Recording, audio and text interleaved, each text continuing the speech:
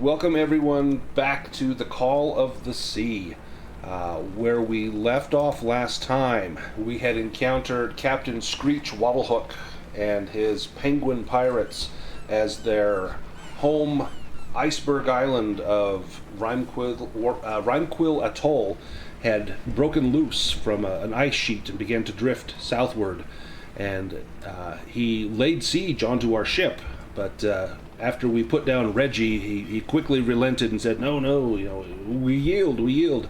Well, it was all a ruse to lure us to his island where he could enlist us to help him. And help him we did. We had to cross an underground sea cave where leopard seals were known to prowl, and then we fought the terrible ice beast. What was its name? Kralveth. Yes, Kralveth, the ice beast. In fact, I've got a nice picture here of Kralveth. There we go. And then we went back to Captain Skreech, and he sang a song for us. We were members of the Honorary Beak, and he gave us several bits of treasure and goods. And then he told us that he would come to our aid if ever we needed it. And then he spent some time talking a little bit about Captain Silverbeard.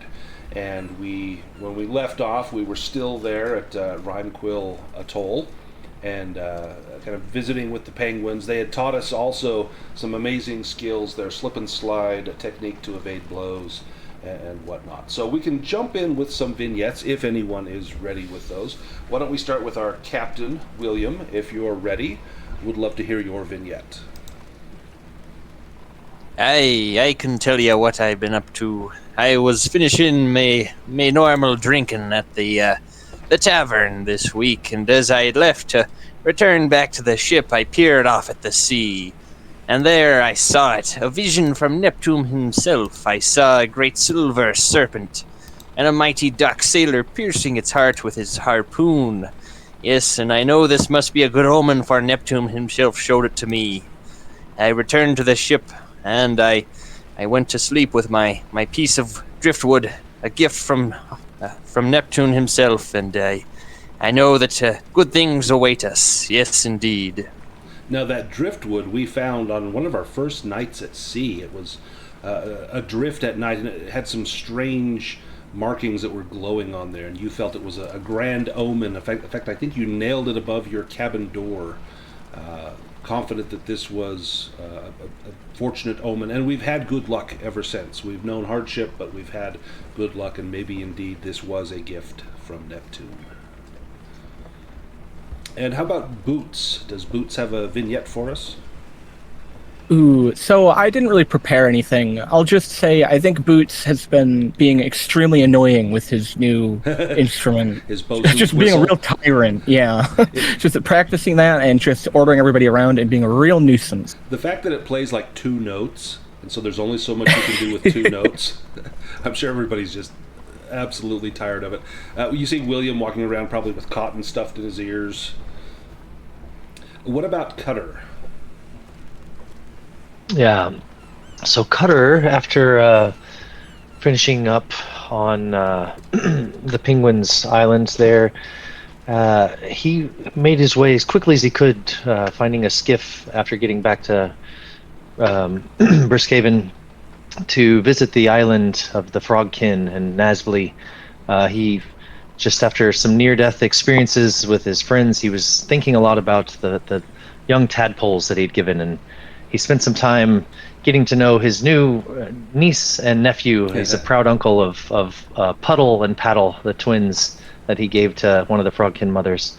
And he, after playing with them, decided he really needed to go get a gift for them, something fun from the big city of Flaxhold. So he went shopping, and as he was wandering the shops of the docks, he spied the man who sold him some of the nautical furwood token, or that he turned into tokens, Sivo Copperrot, and he heard him bragging to this other filthy sailor about how the nautical furwood is actually masts shorn from chain shot in piratry that Silverbeard had been doing. So Cutter follows him back to his warehouse and slipped in, looking for some correspondence, maybe some clues around Silverbeard and the location, perhaps, of the bleached maw that we heard he holds his treasure in.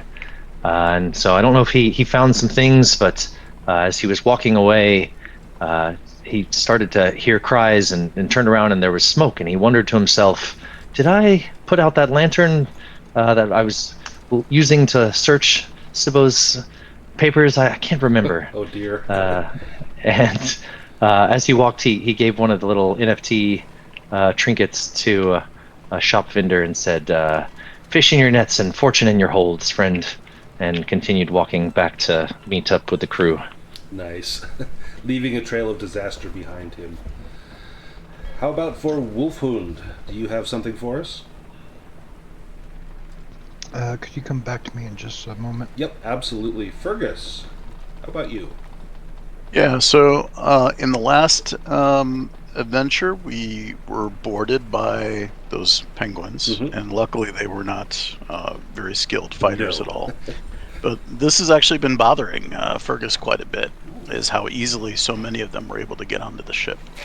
And he has fashioned, with the help of some of the villagers, basically large nets that he is fixed to the ship and rolled up so that they can be triggered with a rope being cut, and the netting would fall down basically and on either side of the ship, so that we could stop boarders from basically getting onto the deck, and they would get trapped in the net and become easy targets excellent. for us. I love on it. The ship. I don't know if you want me to make that into a project, if you want me to roll for anything, or if Yeah, you want let's do a roll for it. Maybe like a crafting roll if you are doing the crafting, or if you are leading others. Maybe maybe an intelligence roll as well for the planning phase of this. Okay. I guess I'll do intelligence roll.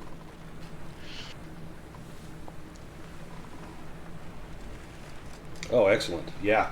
So a very astute plan, and you're convinced that this will halt boarders as rapidly as the penguins were able to leap up onto the decks. This will definitely slow down in future should anyone try and follow those same tactics. And so we now have a few upgrades to the William. In addition to our anti-boarding nets, we have an ice cutter bow that the penguins put on for us. And Captain William, I'm sure you surveyed the work. Maybe give me a seamanship roll as you look over the work that they had done. We were almost in abject horror when they told us, while you were away, we made some modifications to your ship. But tell me, if you look at this, does it look like this is done to make it seaworthy? It seems to be some fine workmanship. Excellent. Now, have you ever crashed through ice before as a sailing duck? No, never have I crashed into any ice, but I think the idea will be quite useful. Normally we try to avoid the ice flows when we sail up north, but this should prove most useful when exploring the northern waters, I should think. Now, in fact, you have an issue with icebergs. Is that not correct? Isn't that how you came to possess the William? Aye, 'tis true. Many years ago, my ship was destroyed by a great leviathan, and the crew escaped to an iceberg off a few not too far, a few fathoms, and we were marooned there and forced to survive on this accursed iceberg. Thankfully, we escaped with the help of a small ship I found in a bottle, which is the ship we sail on today, the William itself, and I'll never set foot in a lifeboat again. Now, this iceberg that you were on, we are also on another iceberg now with the penguins. Are you aware that this is an iceberg? They call it an atoll. They don't call it an iceberg. No, this is no iceberg. Skreech himself told me this is an island, and it's an island indeed. It just seems to be drifting a little bit. Excellent. And Fergus, not Fergus, Wolfhund, are you ready for us? Perhaps it was but a nightmare, the horrid vision that plagued the dead night, or else it was a memory buried in Davy Jones' locker. It had been, for the most part, a pleasant cruise for the pup who had gotten his first job as a ship's cook. The dinner service had gone well, and several of the crew had clapped him on the back for another palatable meal. He had retired to begin prep work on the potatoes for breakfast. A sudden rocking of the ship caused the blade to slip and nick his finger. Wolfund paused, then moved to a basin to clean the blade and wound. A whistle and a crash followed mere seconds later. The lad was knocked to the floor as wood shards pelted his fur. Gazing out of the new hole in the kitchen, Wolfund could hear the roar of the ocean and the cracking of the cannons come to life. Scampering to the top deck, Wolfund could hear the screams of the crew as they tried to keep the ship together and return fire with the few guns the merchant vessel had. "Crew, send the blasted pirate Silverbeard to the bottom of the sea, and 100 gold coins to the shot that sinks them," the captain shouted out. Wolfund didn't have time to process because the cannonball spiraled through the air and crashed below decks. A deep rumbling as a black powder barrel stored below detonated, and the shockwave cast the pup into the sea with the remains of the ship. It would be 5 days at sea before another ship would find him, and the course of his life events would change drastically. But the memory of the burning ship, the black flag of the distant enemy, and avoiding the monsters of the deep that came for the survivors would be hidden in the trauma of the event. To know thine enemy is to know thyself. Wolfund spent the next few days studying the sea, the corpse of the eel-like god they had defeated, and trying to recall more details of his memory. For an enemy of fire is water, the enemy of the spirits of the dead come back, and a known encounter with their foe may offer insight into the inevitable clash soon to come. Ooh. So you have prior history with Silverbeard. Excellent. How about for Grey Cape? This is your first time with us, but it's assumed that you've been on the William for a time. Do you have a tale for us? Oh, it's assumed I've been on here for a while. If you like, or you could have joined at any time. So you get to decide how you come aboard. Because you had just asked like why I was there, Yeah. And so I was just thinking that the reason I had joined was that Mishka was looking to expand his magical knowledge and searching for magical artifacts and scrolls and things of that nature, so he would have joined up with a ship to travel the world and such. Yeah, you've exhausted the libraries near you. Right. And so that's why he's here. But I don't really have a tale as of such. Oh, that's yet. okay. Your tale begins now, so fantastic. Let's jump into our opening scene. And so where we open, we are still at. Let me take us to the map here. We are at Rimequill Atoll. Is where we left off, and we are at the Icebeak Inn, having a few drinks before we depart Captain Skreech. And Captain Skreech, he's in this smoky tavern, and he says, "Yarnborg, aye, Silverbeard's been seen there, but if you want to catch him, you should know where he goes when he wants to vanish." He scratches his hooked nose and lowers his voice. "Not far from there sits a lonely shard of rock, rising from the sea like a broken tooth. No harbor, no beach worth landing, just black cliffs and waves that gnaw the stone day and night." And he leans closer. "On top of that rock is an old temple, older than kingdoms, marble pillars cracked and leaning, statues of the gods of judgment with the faces weathered smooth. They say long ago the settlements would take their worst criminals, murderers, poisoners, oathbreakers, and row them out there, leave them with a jug of water and a prayer. They say that no one ever came back." And then he pauses. "No one until Silverbeard." And he spits on the floor. "They say he was barely a man with coarse black beard when they left him there. A thief, a killer maybe. Didn't matter.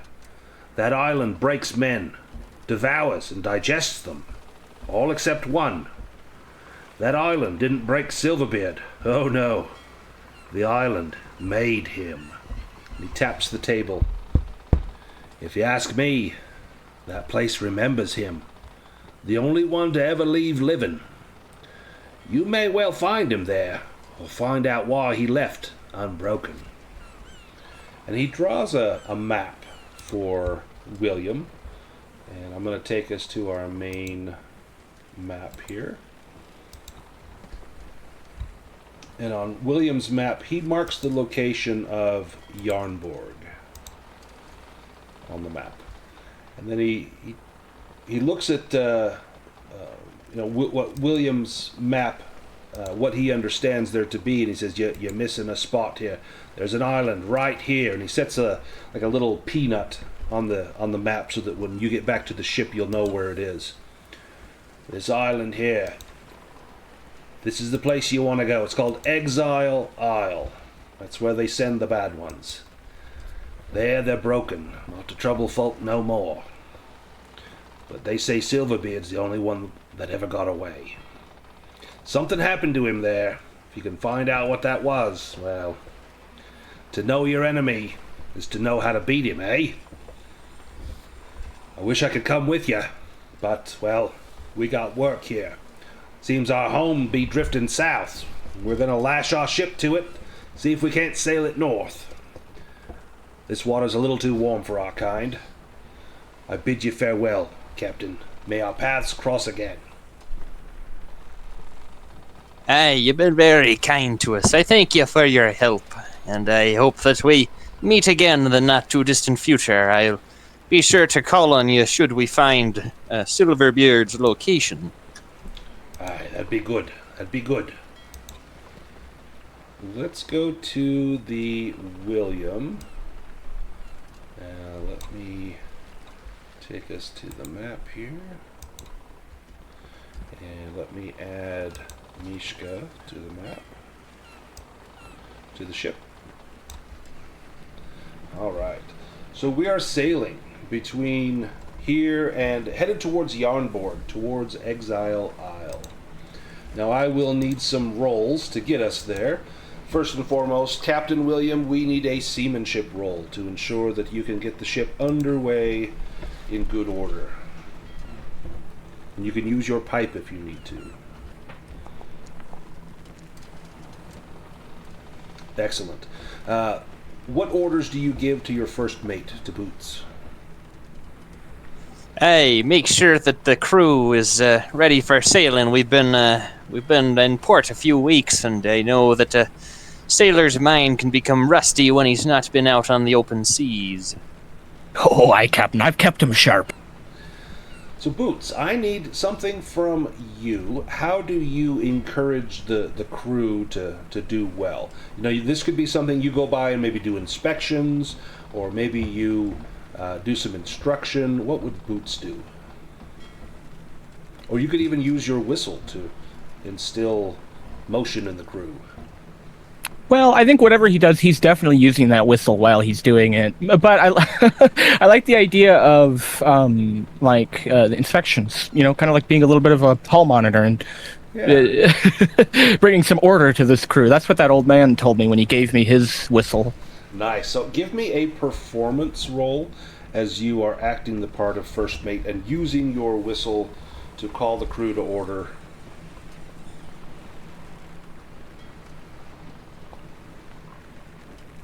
Oh, you guys hate it. They've been hearing it non-stop, so now when you play it for real, they're like, not again. So you all hear this sound, and you have a hard time remembering what calls are what, because he's been playing so long. And you notice, Boots, that they're not responding. Yeah, I guess I'll just push that. Sure.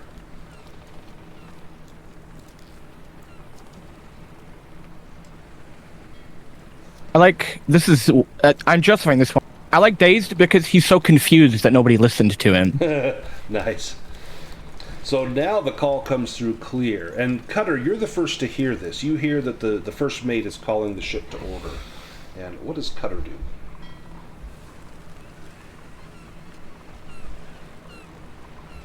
Sorry, I was muted.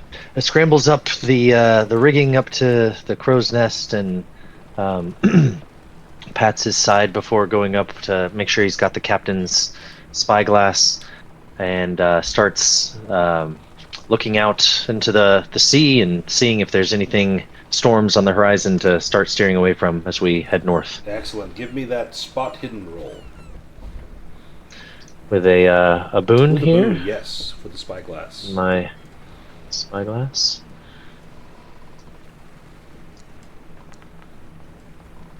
Ooh, excellent. Looks like Nice. clear skies for this first night of sailing. Now, how about Wolfhund? How are you busying yourself on the ship? Wolfhund would be making breakfast for everybody. Excellent. How about a roll for that? I think a bushcraft is the cooking roll, and you have the filled kitchen, so you can add a boon to that. Mm-hmm. And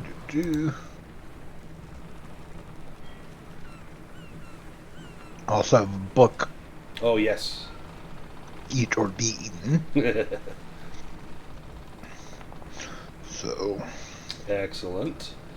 Yes, a fine meal. A sailor sails on his belly, so if he's not well fed, he's not well worked. And let's go to Mishka. How are you busying yourself on deck? Yes, Mishka could maybe be climbing up in the rigging, doing something, whatever needs to be done in there. Yeah, let's do an agility, or excuse me, an acrobatics roll as you are climbing up the rigging to ensure that you can do it safely and quickly. Yeah. There we Excellent. Yeah, no problem. Scurrying up and down the ropes, and you see that some of the sails are a little bit bound up on themselves, and you get up there and ensure that they are well unfurled. And Fergus, how are you busying yourself on deck? Yeah, actually, I think Ubik or Mishka has been helping me with the rigging of the anti. Boarding, the nets, yes. Nets too, as part of the climbing and testing the trigger for it. I think there's 4 triggers on the ship, 2 on each side, so that you can bring down sections depending on what side we're getting boarded from. That type Excellent. of thing. Let me have you give me a roll for that. Let's do I'm going to have you do a sleight of hand. I know you're not great at that, but this is more a chance to role play this out a little bit. So it's a little tricky, especially as the ship's moving. It seems like how much tension you want in that rope is variable as the ship creaks and moves. There's some slight shift in the timbers, and that does affect that trigger. And so it takes you a little bit longer than maybe you'd expected, and you get a little discouraged, thinking, how do I keep this from going off when I don't want it to? Do you want to push that roll? I won't push it. I'll just keep playing with it. Okay. Try to get it. So you'll get it. It'll just take some time. So the ship sails on into the night, and the next several days, the weather patterns are variable. Calm mornings, near the mid-afternoon, as the atmosphere heats up, the wind comes rushing in, and then it seems to settle again at night. And about the 4th day, as dawn breaks, there's a thick fog over the sea. In fact, Boots, you can recover that condition from pushing your roll. As the dawn breaks over the thick sea, you see up ahead what can only be Exile Island. And let me take this there. You see this jagged bit of rock that rises from the sea like a broken fang, and waves smash against that jagged black stone. At its summit you see pale pillars, remnants of an ancient temple, and there is no harbor, only a narrow cleft where a longboat might scrape ashore if the sea allows it. The wind carries a strange stillness, as if even seabirds refuse to land here. So you will not be able to anchor the William or dock the William on the island. You'll need to take a longboat ashore. Let's go. Anything you want to do before we get into the longboat? longboat it is.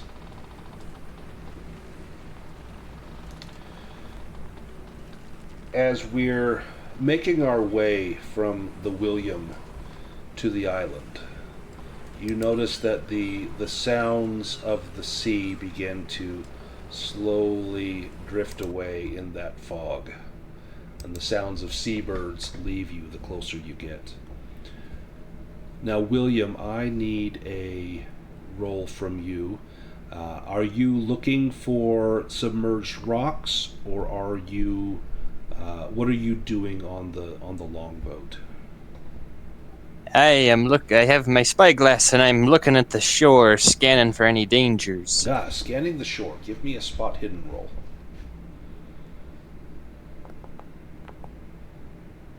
Excellent. There we go. As you're peering at the shore, you can see that up on the top there is this ruined temple edifice, and you can see a couple of large statues, well worn, and these must be of ancient make. There's also a set of marble steps that lead up to the temple, and then it looks like there's a footpath that goes down from a small inlet where you could beach this boat to get up there, but you don't see any way to get from that beach up to that footpath. You're probably going to have to climb those rocks yourself. With a dragon, it looks like there's some movement on that beach. You can't quite tell what it is. It's more the movement of maybe shadows or something. So you know that beach is not empty. There's something there. Something moves. Aye, keep yourselves alert. Keep a weather eye open. I believe there might be some more of them giant land crabs on the beach. We have encountered those terror crabs a time or two, and they have proven very difficult to crack their shells. Boots, I'm going to assume you're steering this longboat. Give me a seamanship roll.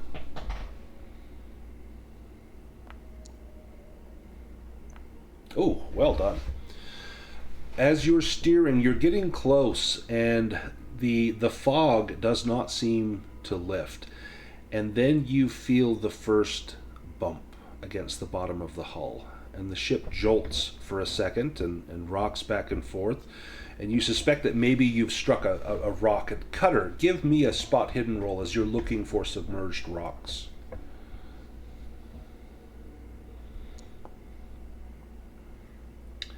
You don't see a Look there.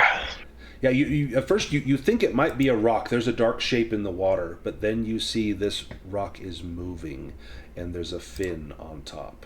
And the first of two fins rises up around the ship as you realize you have an escort. Two sharks in the water. You're not in the water as of yet, but the sharks have tested your hull. And again, they come up and there's a bump and a jostle. Does anyone on board do anything? Hey, watch yourselves. Don't let yourself fall in. If you fall in, you'll be in the water. The shark's in the water. Our shark. We have who is rowing? I imagine I'm rowing. Yeah, give me a strength roll.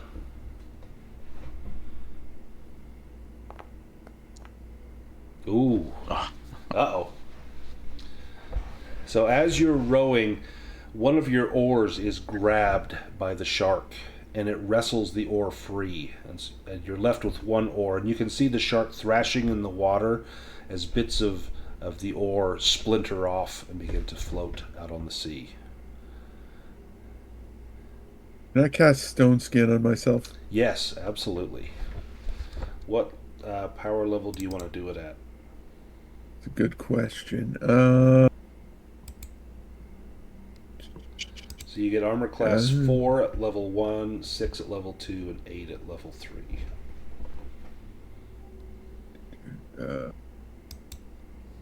Maybe just 1 for now. Okay, go ahead and make that casting roll. Excellent, you got it. So I'm going to change your armor to 4. Thank you. Perfect. And Wolfhound, what are you doing as this is happening? As Fergus's oar gets snatched by a shark?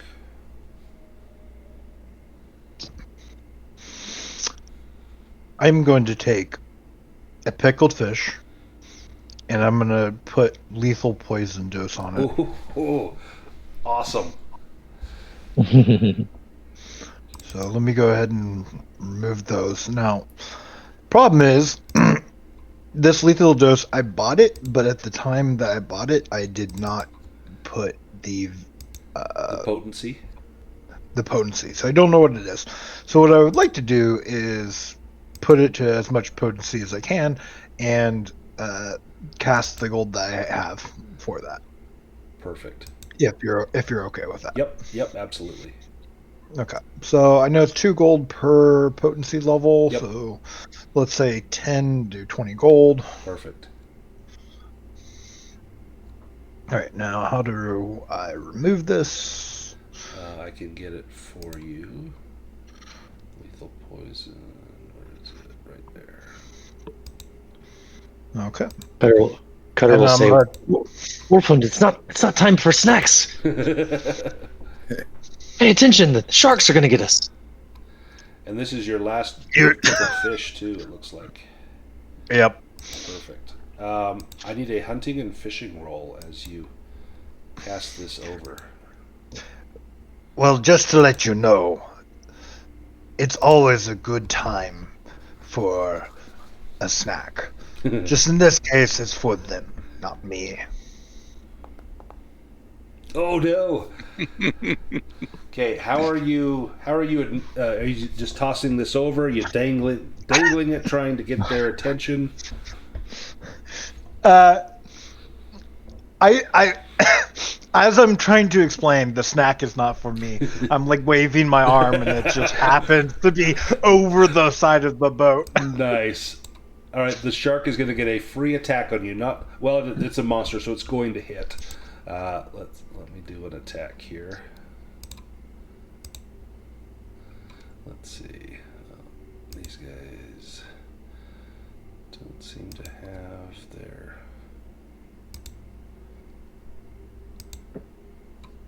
Oh, let me get their table on here.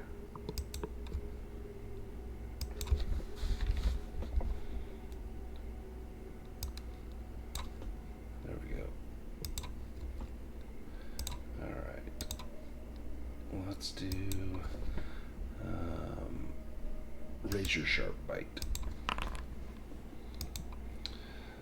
All right. The shark bites with razor sharp teeth. This will inflict 3d8 slashing damage. Now I'm going to pull us into initiative after this, but if you want to, you can't parry this. If you want to try to evade, I'll say you can cut the damage in half as you pull your hand away, just because you did get a demon on your hunting and fishing. Do you push that? Absolutely. I'm going to push it with disheartened that was such a good option. Man. Oh gosh. Okay, 15 damage. You'll take 14. Wow. Okay. Well, you dropped to 0. We're off to a great start. Oh no. Give me a Constitution roll, Wolf.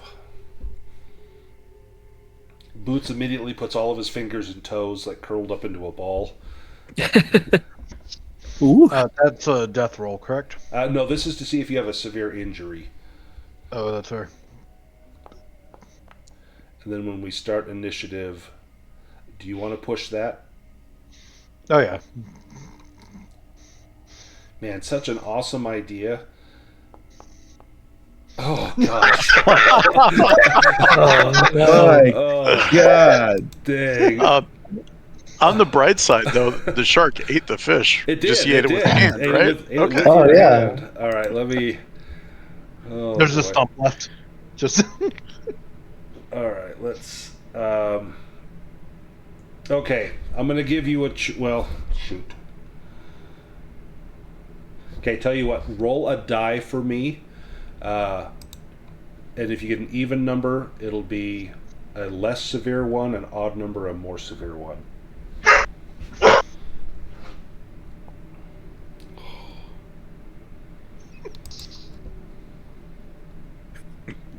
That's pretty much right. Yep. Oh, boy. Totally makes sense. It makes sense. This can be healed with, you need like the highest healing thing, and you can actually regrow a limb. But and you're already having nightmares. I'm sure that's only going to get worse. So the only issue with the severed arm is you cannot use two-handed weapons nor dual wield, and you get a bane on any other action normally involving both arms, such as climbing. But otherwise, you don't lose points on skills and stuff. You do have a staff that's two-handed. You're going to struggle to use that staff. But not the end of the world. Tell me how this goes down. How do you lose? It's maybe like just above your wrist where it gets bitten off. How do you lose your hand? I'm just talking, waving the fish over the water. The shark just comes up, breaches just right next to the boat, and then comes back down in the water. And I look over, like, oh, that is a big boat. That is a big fish. And I look down, and I'm missing my arm. William, I could use a tourniquet. It grabs like like as if it's like an everyday activity. Grabs a piece of cloth and just starts wrapping around the stump. you get it wrapped around. There we go, and then you quickly pass out and fall back onto the ship. Let's draw initiative cards. If you go to the 2 crossed swords, you can draw a card there. I'll draw for the sharks. Now there is blood in the water, so they are going to do what they can to try and overturn your ship. Did the shark take any damage? It will. In fact, let me roll that before we start the combat. So let's get into the encounter. Let me make that roll first. So you said potency 10. So I'm going to roll for the poison. So the poison got an 8. So that's a why was that a 1d12? Sorry, let me do a 1d20 or a 1d10. So that was the shark's constitution, and that is a fail, and the poison is a success. So according to our chart, the poison's made easy.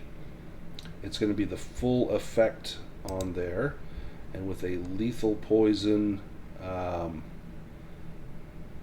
take 1d6 damage per round until you reach 0 hit points, unless they consume an antidote. So I'm going to give that shark minus 1d6 points.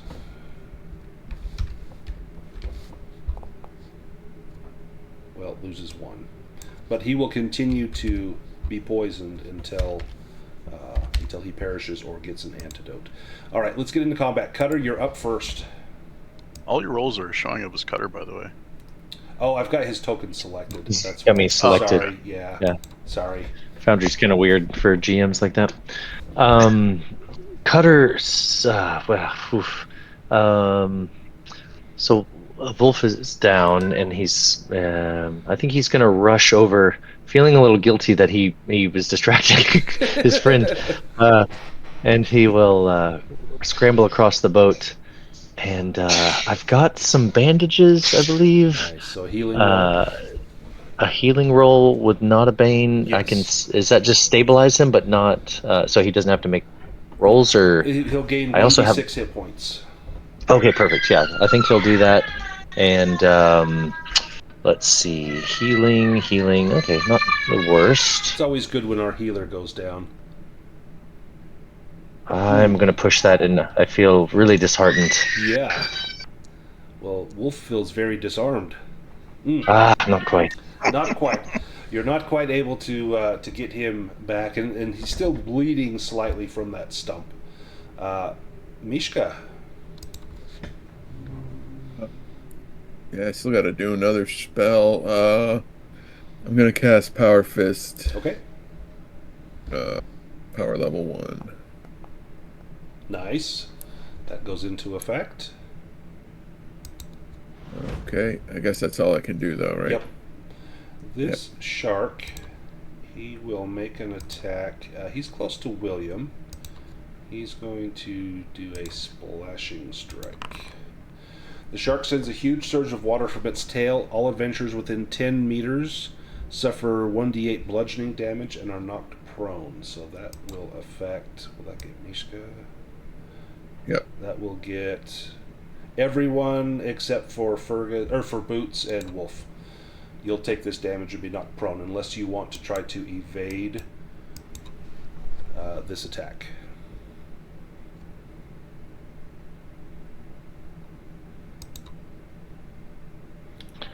Taking my action, I've got the fast footwork, but I think I'll just take it. Okay. So using the willpower, save the willpower. Here comes the roll. 3 damage, and armor will protect you from this. So this will be for... And Mishka, your armor protects you fully. But you Nice. will be knocked prone. It doesn't really matter here because you'll just get up on your next turn, so I'm not going to bother with prone. Right. But everyone will take 3 minus your armor. Fergus, you're up. If it's okay, I'll probably toss Cutter to the side and basically attack the shark over here. Yep, absolutely. And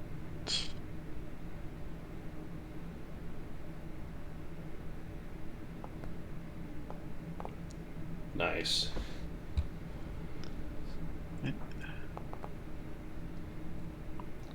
Ooh, solid blow. And he is bleeding profusely. Boots. Yeah. Well, he's kind of just right here. That happened quickly. Everyone else is pretty well okay. I think Boots is just going to do his musician ability Perfect. to give everybody a boon. Nice. Boons for everyone, except for the sharks.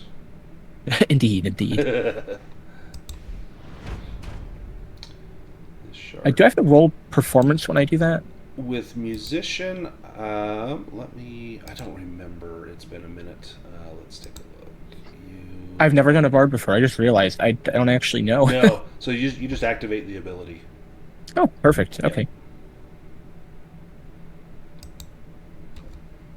Okay. The shark. Slash attack. He will lunge at an opponent, knock them down, and tear at them with its sharp teeth. This will be... I'm going to say not since you're prone, since you're in the boat. So it won't do an additional d6. This will be Fergus. Fergus is the one engaged with the shark. Do you want to try to avoid this? yeah, I do want to avoid it. I think I have that ability, right? That allows You me have to do slip that? and slide or fast footwork. Defensive. Does it? Oh, yeah, I have slip and slide. Yeah. Yeah, if you want to do slip and slide, then you can make an evade roll. Fade roll. Okay, gotcha.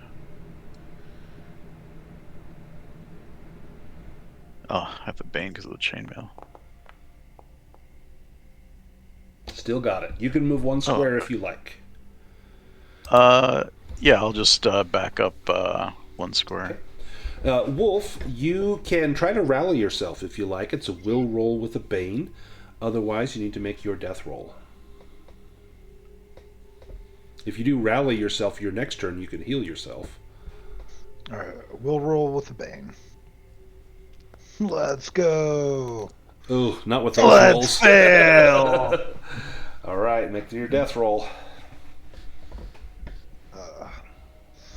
Alright, So I think it's below your hit points on your sheet. There it is. Yep. Oh, so close. Dang. So there's 1. William, you're up. Hey, give Wolf some of this here grog. It'll regrow that arm of his. I've lost plenty of arms in my day. Just I'll grab feathers. my harpoon, yes, and hurl it at this here shark. Heave 2. I forget, is this with a boon? Why would it be with a boon? Oh yes, Did yes. Boots play his got it from instrument? Yes, in fact, Wolf, you didn't make your death roll with a boon. That should have been with a boon. It should have been with me. Yeah, roll a d20 for me. Oh, there we go.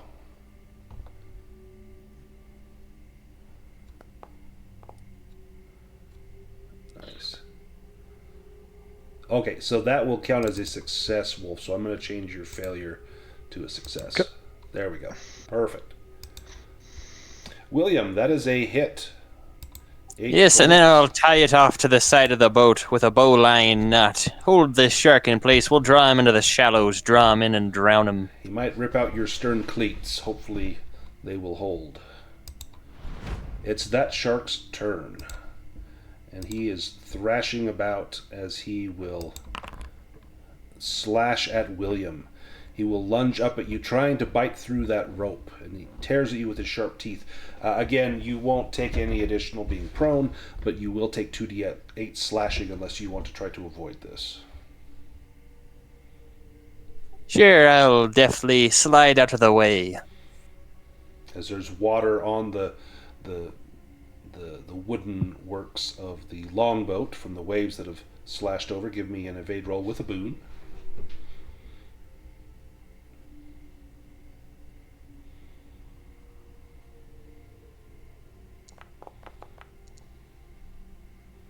Nice, you can move 1 square if you like. No, I just put my foot up on the shark's nose and push it back into the water. Nice. This shark will make an attack, a sweeping attack. This is going to be at Boots and Fergus. You'll both suffer 2d6 bludgeoning and will be knocked down as his tail comes up over the side of the longboat, trying to sweep you into the sea. Do either of you try to evade this? So I can do slip and slide again, Yep, right? you can. Okay. Yeah, I'll do Yeah. it again. And it's a evade roll, right? Yep, with the boon. Evade with a boon. Oh dear. Oh, man. So close.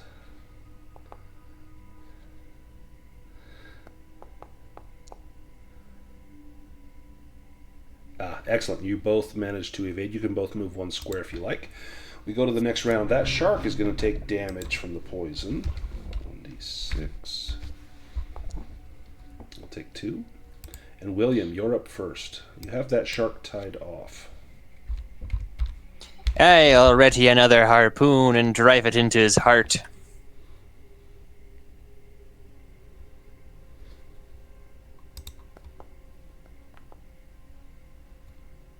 Excellent.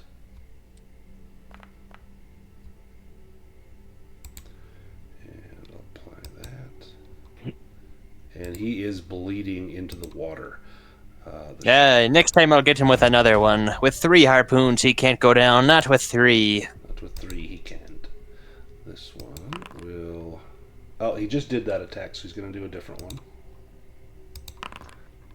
Crushing Charge. He will charge at the player with the highest strength within 10 meters.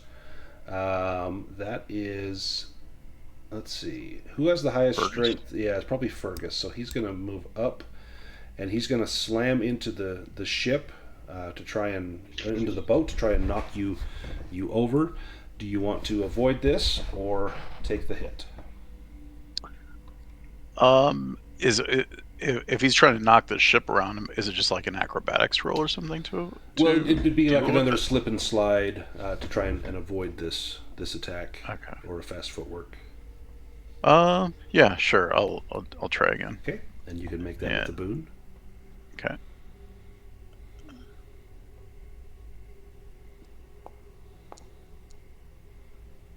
Nice.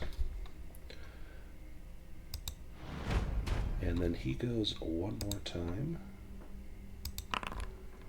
And razor sharp bite. He's going to go after Boots. He's going to swim around under the ship and go for Boots. Boots, do you want to try to avoid this? Yeah, I think I will.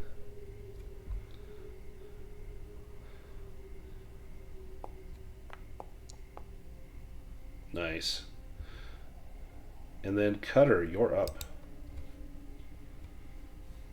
I think Cutter, Wolfhund is still down, correct? Yes. He's Yeah, still he down. will stand. He'll stand up and pause for just a moment and say a little prayer to the Brine Mother and say, mistress of the Tidehaven, watch our prow and guide my hands. And he'll try once again to heal with these. So you'll get a boon on this from the bosun's whistle, but you'll also get another boon. Well, you didn't. Sorry. Even need... Yeah. No. Well, no. That was you increased accidental. your healing. Oh, shoot. Yeah. No, I didn't increase it. I think I failed, but I you didn't mean to. That would have been a success, is what you're saying. Okay. Yeah. Yeah. If you want to take that, yeah. Yeah, we'll take that roll. So let me add 6 points to Wolf. You can. Nice. You no longer need to make death saves. Thank you, Brian Mother. Oops, I gave you 60. Let me put that at 6. You can do 60. The Brian Mother is generous. The Brian Mother taketh away. Excellent. And then I think he'll stay kind of where he's at, and that's his turn. Perfect. Mishka, you're up with your power fist, and that shark is right up along the side of the ship there.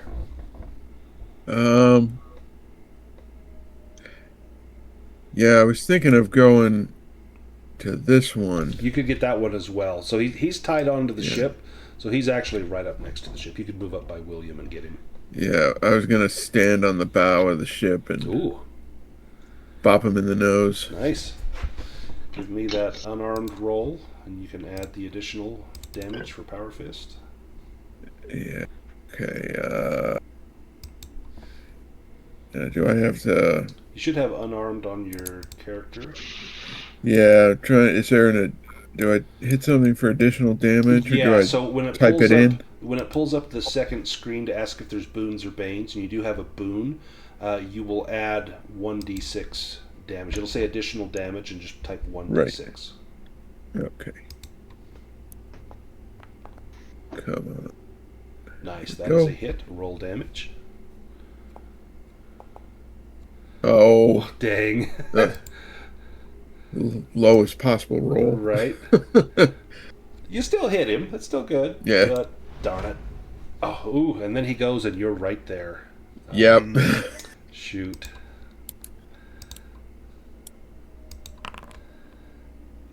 He will... that might be William. What's William's strength and what's Mishka's strength? Mishka's 12. William's also 12. Well, I'm going to say it's Mishka just because you just punched him in the face. It in the face. Yeah. So do you want to take this hit, or do you have something like fast footwork to help you to avoid this? I don't. I have to take the hit. You've got good armor, though. I think you'll be okay. Yeah. Wow. A lot of damage. So 9 minus your armor. 4. So 5 damage. Yep. And then give me an acrobatics roll, or since you're on the bow, you may get knocked into the water. Yeah. Okay. Oh, just missed it. I'm going to push that. Yeah. Got it. There we go. Excellent. Boots, you're up. I think he's just going to keep that whistle going. Yeah, excellent. So boons for everyone. Wolf, you are back on your feet. Well, if you're gonna do something, Wolfhound, great. Otherwise, I'll jump in front if that's all right. Go ahead and jump in front. Perfect. I'll switch with Fergus. Fergus, you're up. Yeah, I'm gonna pull Cutter away, throw him behind me basically, and then attack the shark that's now moved over to the other side here. There we go. And this is with the boon, right? Yes. Okay. So, boon.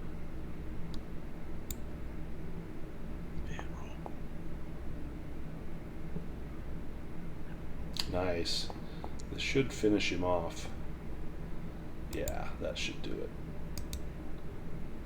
Excellent. How do you take the shark out? Yeah, I mean, I think maybe it's kind of eyeing Cutter as a tasty little morsel, and I pull Cutter away and appear right in front of him and just stab him right in the eye. Yeah, Cutter is bite-sized.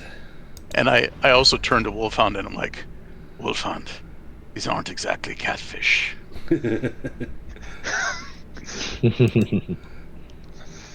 Let's They're a go. bit catty and taking my arm. Tail strike. I'm gonna roll. 1 is William, 2 is Mishka. William, this attack's coming at you. You can parry this with a shield if you have defensive, or you can evade this, or you can take the hit. I'll take the hit. William gets clubbed for 2 damage. Not bad. And then Wolf, you're up.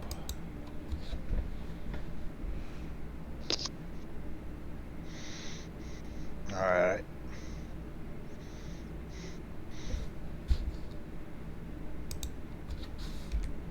I'm gonna walk over to this side Okay. of the ship. And let's see which one do I want to do.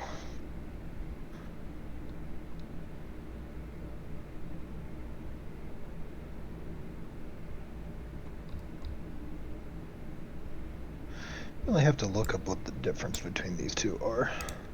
The spells. Yeah. If you But- left click them, you should be able to get the description on there.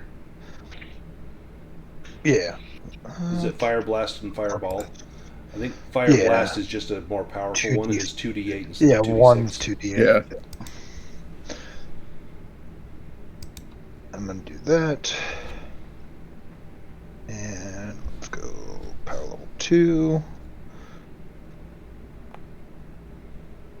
Nice. Oh, I forgot. Right. This is not your main. That's right. Um, You want to push that? Man, you missed it by 1. yeah. Let's push it.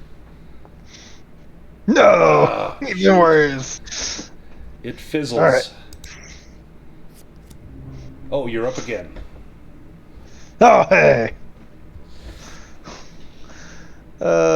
What type of wizard You're up. is Wolfhund? He's an animist, but he has also Oh, okay. taken the magic talent to begin to learn elementalism. So he's our Okay, healer. nice. Yeah. Right. What's Mishka's profession? I'm gonna Um, sit back down and. All right, Wolfhood, I- if you, I'll jump ahead if you want to. Yeah, I sit back down. Go ahead. It's Take easier care with of 2 hands. You got to get used to that now. Yeah, I'll rush up and I'll attack this other guy. Perfect. Yeah, Mishka is a mentalist. Ah, cool. We still have the boon. Yes, Boots kept that going. Cool. That is very handy. Excellent. 3 cheers for the boon. And that should do it. Yes. Nice. Nice. How do you take out that shark? Yeah, I just come lunging across the other boat and kind of dive forward, trying to. I think maybe I see the jaws coming after Mishka, and basically just slice right into the mouth and take it out. Excellent. As you continue to, or as you end the battle here, the water is dark with blood as the corpses of the sharks begin to float, half submerged, as their bodies are slightly buoyant, but they'll quickly descend down into the depths. And you look around. Mishka, you've taken some hits, and Wolfhund has taken a serious hit. Cutter's got a few scratches, but it could have been much, much worse. This is probably the first time where everyone notices that Wolfhund's hand is missing. And William, you kind of gave him some good advice. What about Boots? What would Boots say to Wolfhund? You're missing a few digits. Yeah, you get used to it. You won't even notice it in a few days. If it's coming from you, I can trust that. Getting back to shore is a little bit arduous because of the loss of the oar, but it's doable. You just have to row, basically paddle like a canoe, a few times on this side, a few times on that side. It takes a little time, but before long you're able to get there. and you come ashore onto this small, isolated beach that forms a rough bowl with black, jagged granite poking up. It looks like you could probably scale some of these walls. The going might be a little easier over here, as there's some steps kind of built into the wall to get up to the top. But it does look a little difficult. Now, William, this is where you thought you saw movement. Before we get into any action on here, we've got some time in the boat. Did anyone want to do like a round rest? If we do a stretch rest, I think that will expire Mishka's armor and fist. Well, I do need to pull that shark up alongside the boat that I'd skewered. We'll pull him up on shore, and we can cook him later. He'll make for a fine dinner. Okay, you could drag that shark up on shore. You've got the big bloated body of the shark. Let me draw that on here. So we should take a round rest, is what you're saying? If you want to, you could do a round rest to get some willpower back. If you need it, you would have time to do it before we get in here. There may be dangers unseen on here. We know there's something here. William saw something, but right now you don't see much of anything. There are some darkened corners in here. Okay. Yeah, I could do it. You know, the sharks are slow to digest anything. Perhaps if we cut this one open, your hand will still be inside there, Wolfhound. We can just sew it back on. It'll be like you never lost it. It would be easy for me to sew it if I had both hands. Is there any way I could get some healing? Let me take a look at your wound. Thank you. Can you just not touch me with that stump? Because that's kind of gross.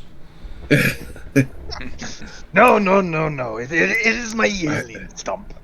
I've seen worse. Just keep studying, and soon enough you'll learn how to regrow it. Cutter, give me an awareness roll.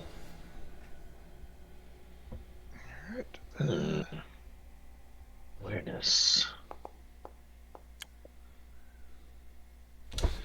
You see movement in this darkened corner. Fergus, Captain. Eyes to the left. What is it, boy? He points to the darkened corner. Nice. Mishka heals. You may not be alone. Oh, thank you very much. I'll walk ahead of the captain to investigate. Give me a spot hidden roll, Fergus, as you get up close. Are the boons still in effect or no? No. No, okay. Oh, nice. Nice. With a dragon, you see what looks like blood on some of the grass there. And as you look a little closer, you see the blood beginning to bubble and pop and hiss like it's heated, and then it forms up into a large black shape. Looks like a giant scorpion. And it begins to clack and turn in circles as though it's just coming awake for the first time in a long time. And it begins to move around. It does not seem to be aware of your presence yet.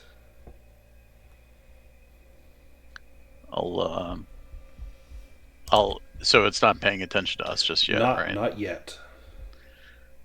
I think I'll just get ready with the bow. And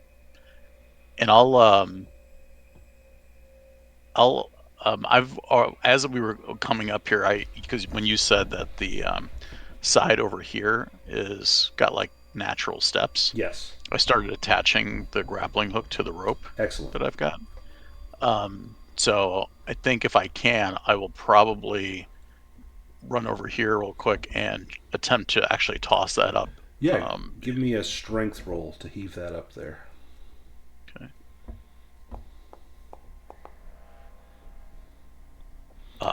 I will roll again. Yeah, the first throw does not quite reach. The second heave, it holds true. And you can only trust that it's secure enough up there. As you pull and tug on it, it doesn't seem to be moving. You think you've got a good grip on the stone there. Okay. What is everyone else doing while Fergus is doing this? As soon as Cutter sees the scorpion, he's remembering other times where there's been more than one beast, and so he's eyeing other corners and trying to see if there's any other movement. Yeah, give me a spot hidden roll. Or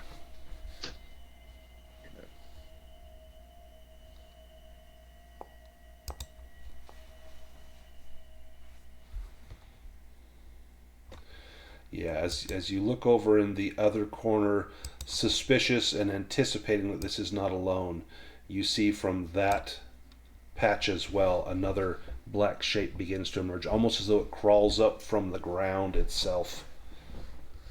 Perhaps some sort of guardian. And I'm going to put us into initiative order. We're not necessarily in combat, but just so I can kind of keep track of who's doing what. So let's go to pick initiative, if you would. I'm going to shuffle the deck for us. It should be shuffled, but just in case. Oh, what does it say? Warg.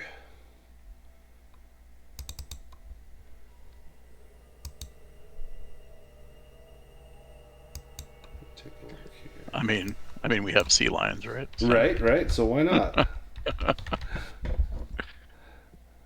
we go. All right, and I'll draw those last cards.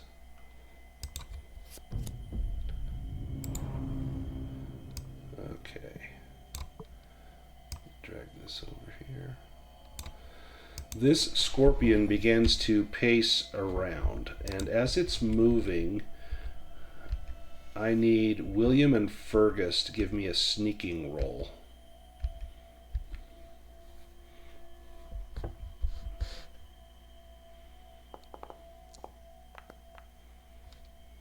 Nope.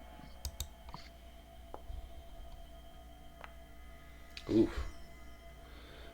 It does not detect William, but I think the movement of throwing that line, the scorpion begins to approach. And it still has not yet attacked, but it's getting close. Almost like maybe it cannot see well. William, you're up. Aye, a sea warg. I will stab it in the heart with my harpoon.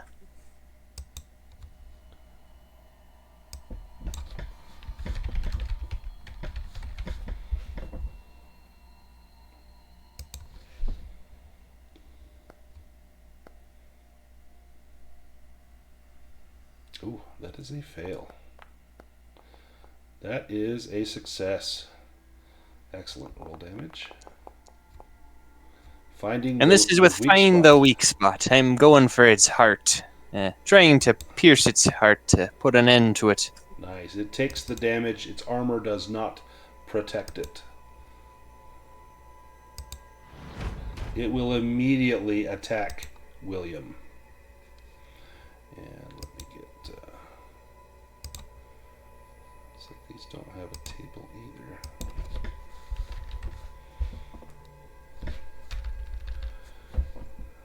One second.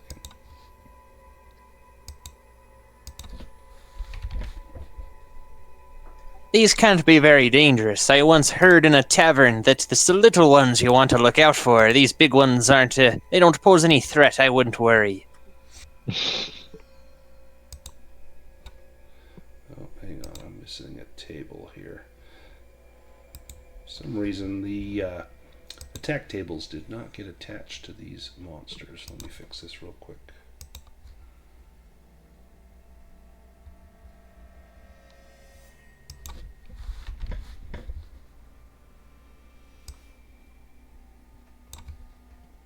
Alright, there we go.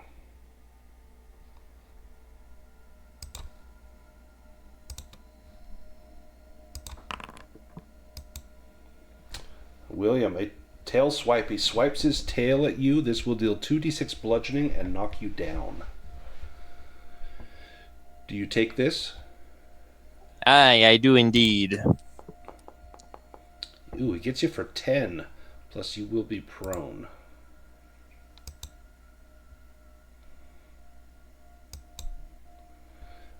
And Mishka, you're up. Let's see, what's the range on this? Range 6 meters. Okay, so I guess I gotta move up one. Yeah, okay. So I want to cast Levitate on the Scorpion, power level 2. Okay. Lift it up 8 meters and then drop him. Drop it. Sweet.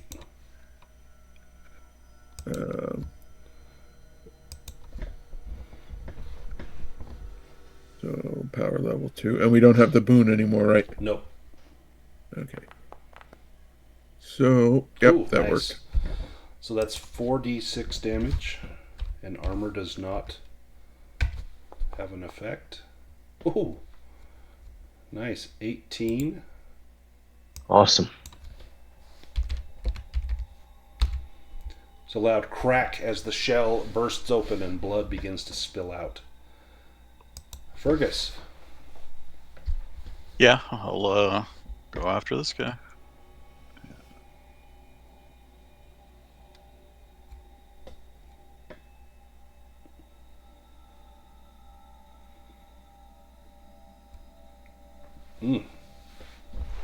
Getting all of our bad rolls out early.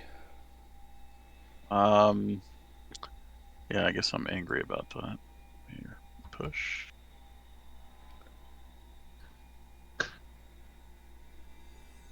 Coming into it. Let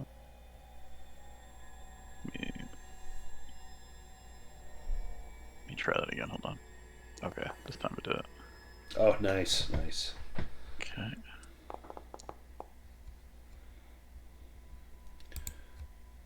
Deal a slash. His armor blocks half of that. Boots, you're up. Yeah, Boots will dart forward and start blowing his whistle and pointing out the other scorpion, unhelpfully, because I'm sure everyone knows about it, but... Excellent, so that's boons for everyone? That it is. This scorpion... Cutter, give me a sneaking roll.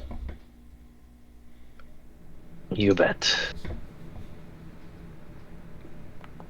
As soon as he saw it, he ducked behind that little rock. Nice. Yeah, he is unaware of you, and he just... Oops, not that one. This one. He just starts kind of moving around, but he doesn't seem to be aware of you. Gets to about there. Wolf, you're up.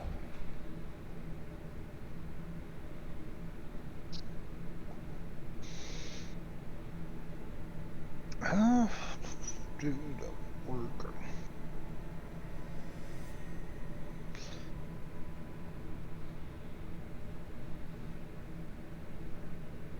Let's go to.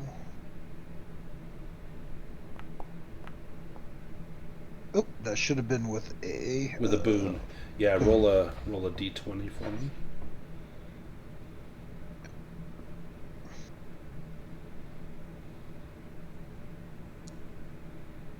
That's a success. Go ahead and roll 3d8. Okay. 3d8.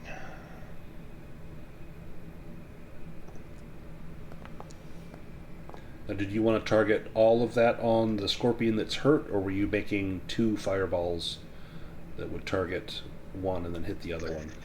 Well, I was originally thinking 2, but it looked like only one of the scorpions was so far attacking us. Yeah, so far only one has attacked.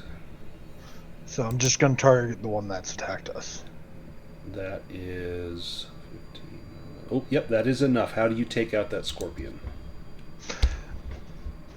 I stand up from where I'm at, sitting on the beach, and I raise one hand up, and I go, wait, I got it, yes! and my hand just like creates a small fireball, and I throw it at it, and it explodes. Nice.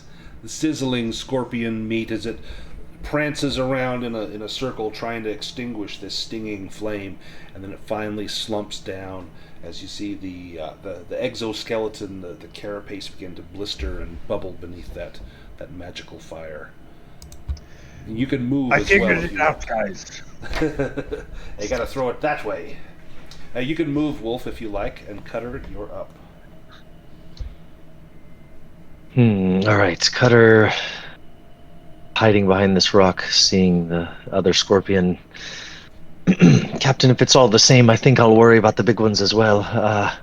And I think he'll maybe try to use his sling to crack a rock against the wall over, like back behind it here. Yeah, nice. Do you want me to do a slings? Yeah. All right. Or you can do a bluffing roll. I'll let you do either one. He's much more confident with much more confident with his 16 than his 7. Yes, excellent. There you go. I would have made it either way. You crack a rock. You can also move. The scorpion on his turn immediately darts over into that corner. Yeah, he'll dart towards this the rope that Fergus is and get with the group. And that rope is probably like right here. All right, let's go to the next round. The scorpion will continue to loiter there, kind of stinging and grasping at anything it can see. William, you're up next. I'm going to assume you want to stand. Aye, that I do.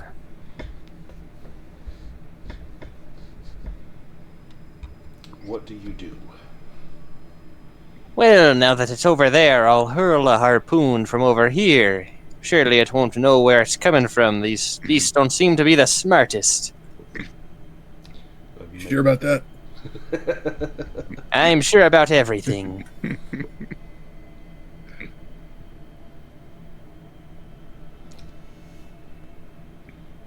Good hit.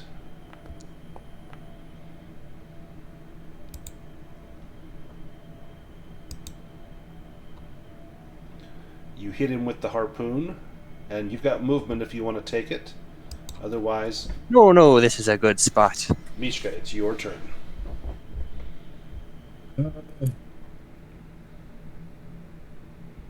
Well, jeez, to do the levitate thing, I have to get within 6 meters. I don't want to be close to him all by myself.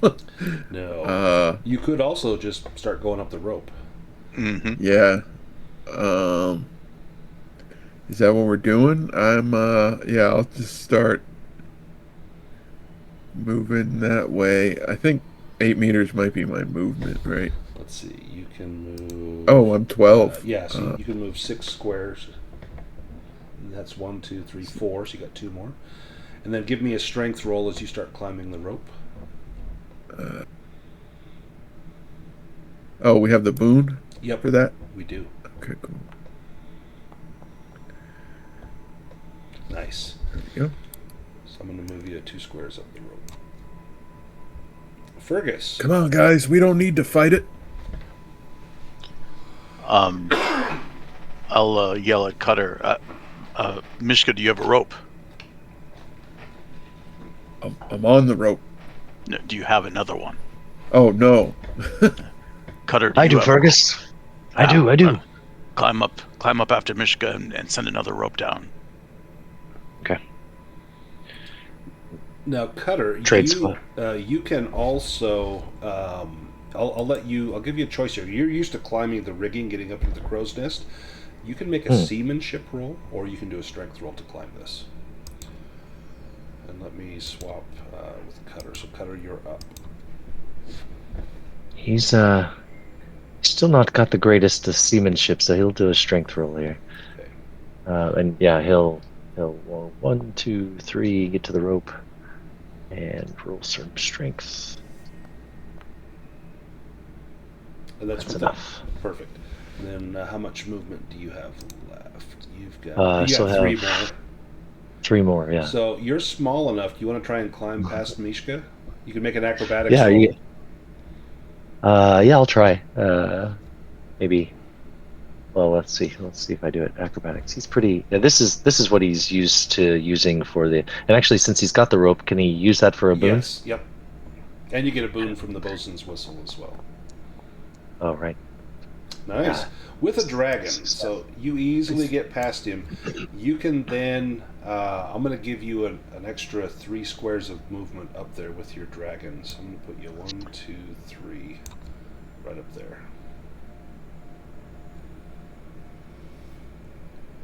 His toes just grip the rocks. Fergus, your turn. I will run this way to get Wolf Hund. Okay. And tell him to run over to the rope and tie yourself up to it. Boots, help him. Aye. And then do I still get an action, or is Yes, that my action? yep, you still have an action. Okay, I think what I'll do is if it's all right, I'll pick up a rock and I'll just hurl it like at the wall just to try to distract it again. Okay. Go ahead and make a bluffing roll here. That's not a good thing for me. You do get a boon on it.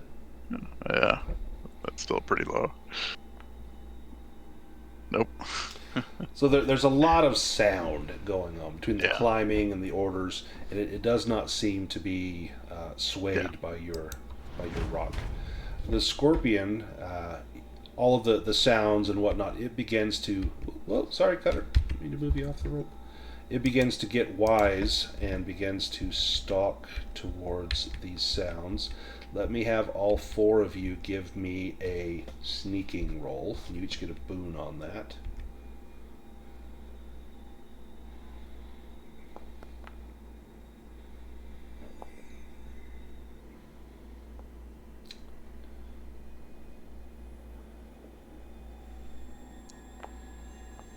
Oh my gosh, you guys are going to do it, aren't you? Come on, Wolf. I'm trying to even find it. There it is. This is gonna be funny. Let's see. And with a boon. Oh! So close to so actually close. succeeding. Do you want to push it?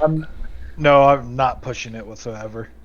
Alright, maybe he smells the blood on your stump. You're not sure what the cause might be, but for whatever reason, he does attack you. And let me grab this here.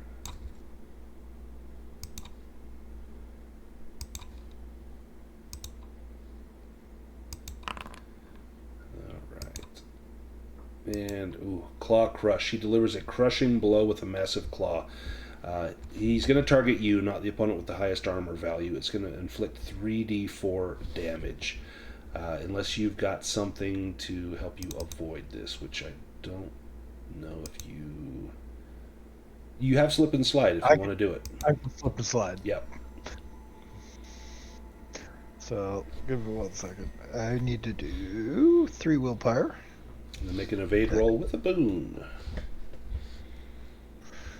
And make an evade roll. Boon 1.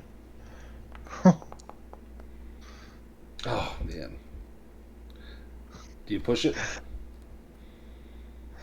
Yeah.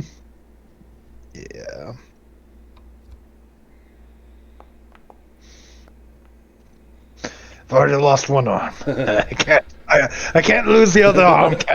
Captain. You can move 1 square. Boots, you're up. This thing does not seem to be aware of you, but it's really, really close. Mine is attacking. We're trying its best.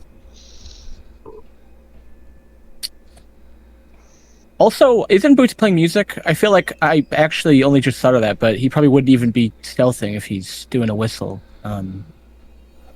True.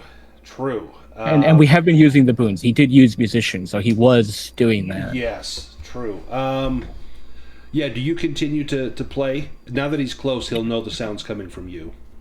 Yeah, and I think seeing it attacking Fergus, or Wolf, I guess Fergus now, yeah, Boots will definitely play. Almost trying to distract it, but Okay. Of course it's a monster. You can't bane them. Right. Boons continue. Okay. And then do you move away from it? No, he's happy where he's at right now. Okay. Wolf, your turn.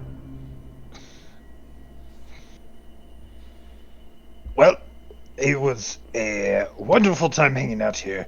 I'm going to head over to the room. Nice. Don't mind me, giant creature. You can stay there. And you can give me a strength roll or an acrobatics roll to get up that rope. With a boon. With a boon. And climbing one-handed, I'm going to say that gives you a bane. So it's going to be a straight roll. It's not going to be a straight roll. I have 2 banes. Oh, shoot. So it's going to be with a... Oh, darn it. Yeah. You may end up just holding the rope and letting someone pull you up. Or using I rolled 2 3s. using your teeth Wow. as a hand. Fear is quite a motivator. Right? Don't mind me, everyone. I'm just going to. You get right under Mishka, but you are on the rope. Let's go to the next turn. Oh, Wolf, you're up again. Do you want to trade? Otherwise, you're going to have to make a roll to get past Mishka. I'm going to pass it on to. Let's see who was below me. Yeah, I'll pass mine over to Fergus. Okay. Fergus, you are up. Yeah, I will attack these scorpions since it's right in front of me. Music's still going, right? Yes. Yep.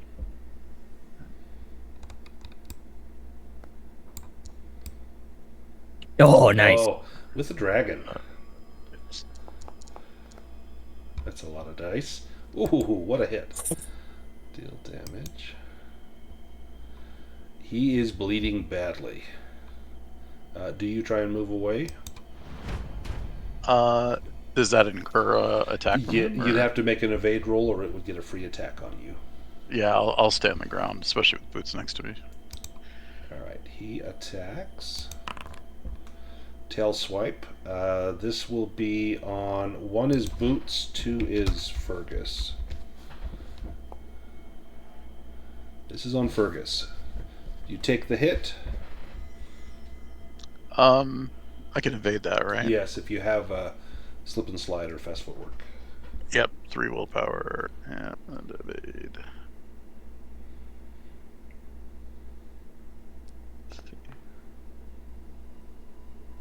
Nice. Okay. You can also move 1 square if you like. Alright, so I'll slide this way. Wolf, you're up. How many times can you defer yours? I think technically just once, but if you want to Just defer again, I'll let you. Okay. I will defer to Boots. To Boots. All right, Boots, you are up.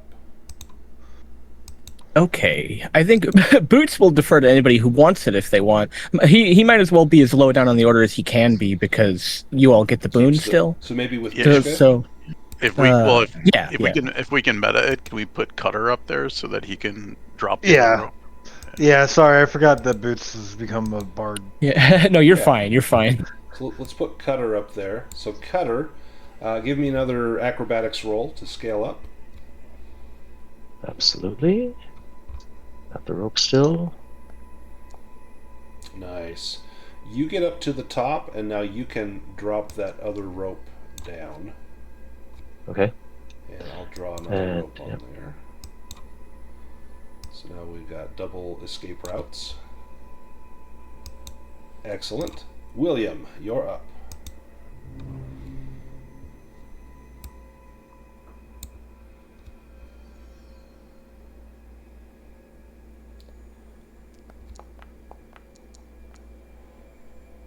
Thank goodness for the bosun's whistle. Oh, nice hit. Nice. Do you move, William? No. Scorpion will attack. Ferocious bite. It bites a player character with its razor-sharp mouth parts. It will go after 1 is William, 2 is Boots. Boots. It's always Boots. Do you try to evade this? Ooh, I think I've only got 3 willpower left, so if I do, I won't be able to Keep the do song musician. So I will He's take it. badly hurt. If he rolls max, I'm down, but I won't be dead at least. So there we go. Oh, nice. Not bad. And then Boots, it's your turn. Then yeah, he will just keep the Keep it music going. Okay. Do you Yep. move at all? No, he's fine where he's at.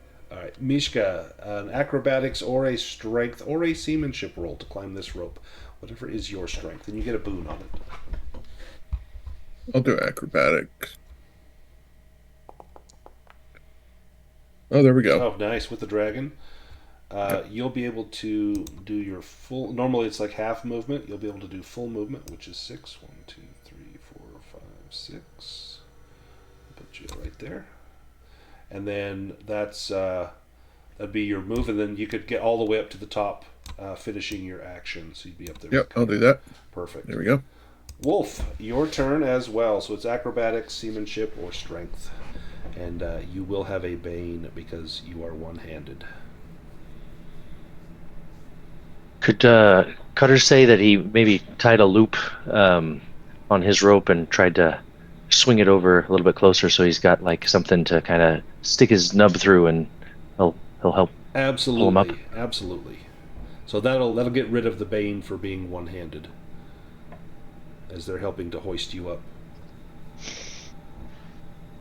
And now we get the cool vignette where you get a hook. This is going to be fantastic. Or like a bronze claw or something. Have to be a bone hook because he can't do metal, right? Oh, right, yeah. A wooden hook that's got termites. Oh, look at that. Nice. So you will move 2, 3, and then if you double move, it'll be 1, 2, 3. Is that good? Yep. Perfect. Oh, man, Scorpion goes twice. Dang it. Oh my god. All right.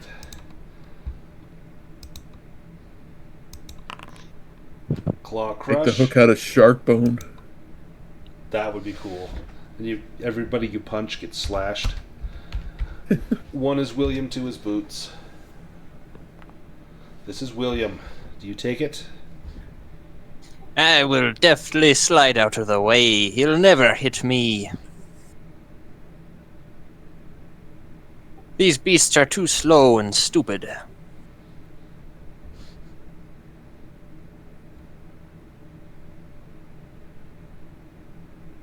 So, what is William's weakness?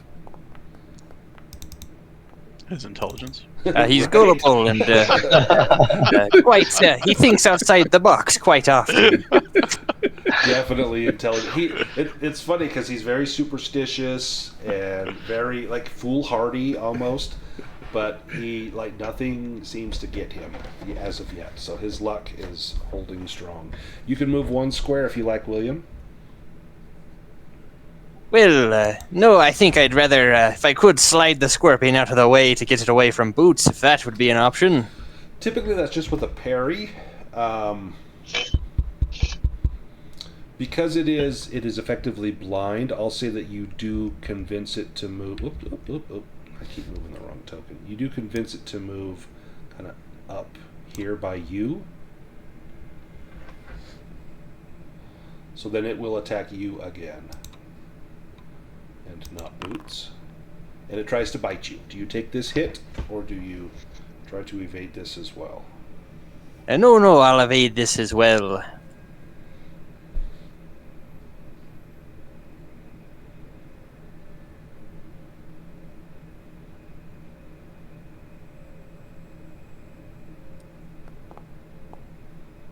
Nice. You can move 1 square as well. And then it's your This is a turn. good spot. Your turn, William. You guys should make short work of this thing now.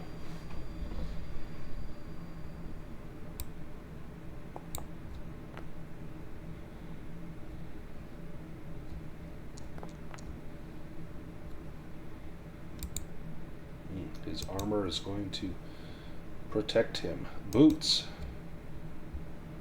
Okay. Boots is gonna put the whistle away and just shoot this thing with his crossbow. Nice. Fingers crossed. Did you roll with a boon? Do I get a boon on my own music? And also, I think it ends at the start of my turn if I you're don't do right, it again. You're right, yes. But I haven't. Say I'm doing music. I don't feel like I get a boon on dodging while I'm doing music. Do I? Do I get my own boon? I don't know the rules for that. I think that we have given a boon in the past.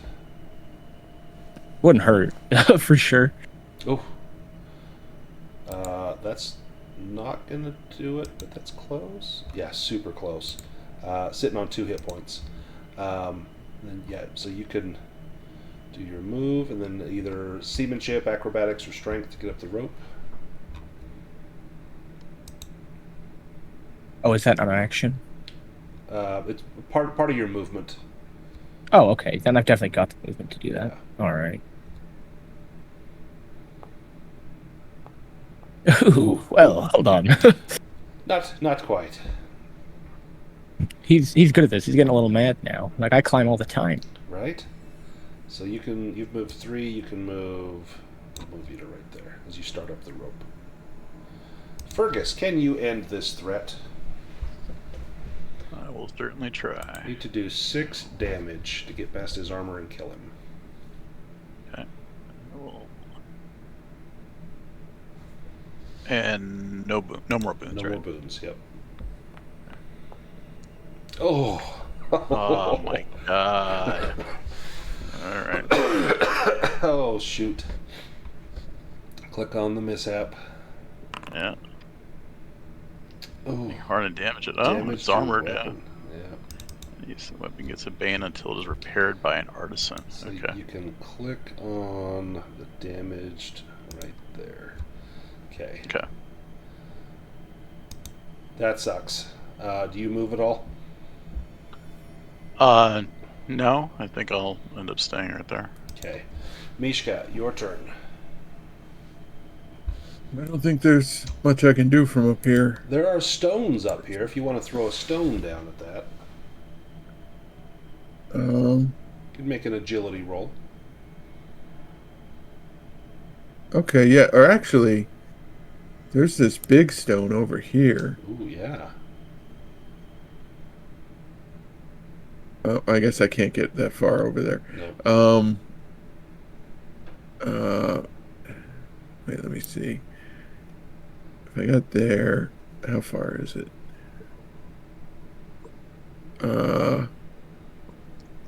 I'm not sure how it works. Would I be able to levitate use that? levitate and pull that over the scorpion, or does it not work that way? I think you're out of range. What's the range on levitate? I think it's 6 meters. So I was like right here, right? Yeah. Yep, 6 meters. And it is... it's an object of up to human size. That's probably bigger. Yeah, so I could basically get there. Yeah, okay, I guess I'll just throw a rock that I find. Yeah, give me an agility roll. Okay. Oh, I'm on the measure. There we go. Do we still have the boons or no? No, those expired. That's up, yeah. Okay. Nice. Roll 1d4 plus 1d4 as your agility bonus. So plus, Oh, wait. so 2d4. Oh.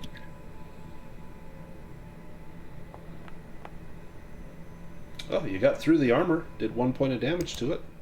He's got 1 hit point left. Damage is damage. Damage is damage. Cutter. I think seeing that throwing rocks, he'll get his sling out and Yeah. target this scorpion. Did that T take? Yeah, there it is. And then he will roll. Where's that at? There we go. Sling of Shkal. Oh, he has a bane, I guess, because it's pretty far away. Yeah. But he still gets Still got it. Cutter, how do you take it out? Yeah, it's snipping and snapping at Captain and Fergus, and he aims for the spot that they've damaged it and hits into a gap in its carapace and squishes loudly. Excellent. See, Fergus, we have Neptune on our side. He vanquished the foe right before me. It wasn't even able to attack me, and he simply died from my great glory in Neptune. Let's go. Now that we're not in combat, we don't need to make multiple rolls to get up the rope. So, Boots, you can just do a roll. Same with Fergus and William, and then Wolf, give me a roll as well, and you still have the assistance of the other rope. So, Boots, you managed to get up. What did we need? Sorry, acrobatics? Either acrobatics, you can use seamanship as well, or strength, depending on how you choose to get up. William gets up easily. Wolf is struggling. Boots gets up. And Fergus, you're struggling. So you can push it, or the others can kind of pull you up. We have enough people up there they can just pull the ropes up and get you all up there. When you all get up to the top, you'll have a chance. If you want to do a stretch rest and rest for 15 minutes, you can recover willpower, hit points, some conditions. This will expire the stone skin and the power fist, but it may be worth it. Yeah, we took a beating. Yeah. So Yeah. This may be a good spot to do that rest. Oh, Nice. Seeing lots of high numbers. I like that. I know I'm rolling demons now that I got those double sixes. Right.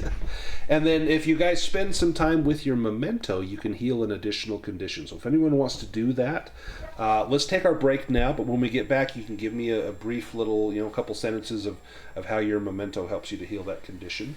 So let's take like an 8-minute break. And when we get back, we'll do that. And then we'll push on to the temple.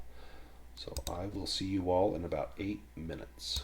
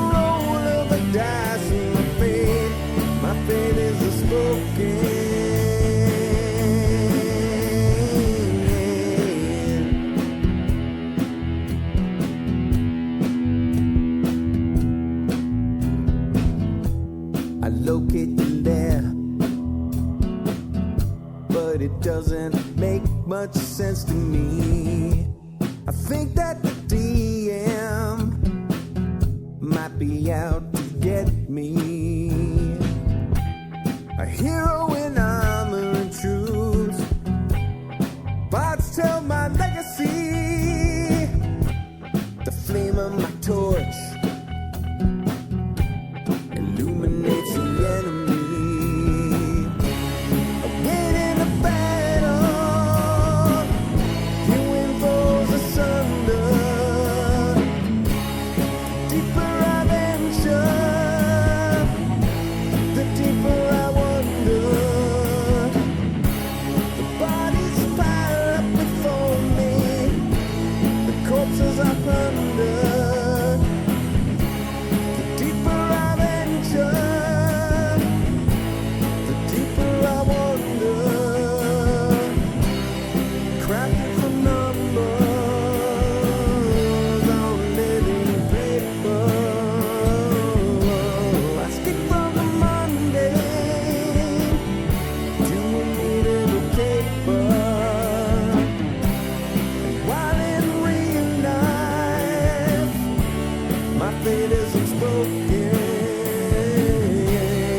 Hero roll of the dice in my fate is unspoken. No.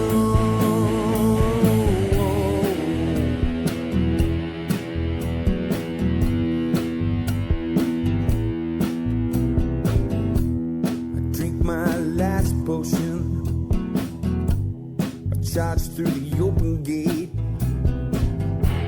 The flame of the dragon.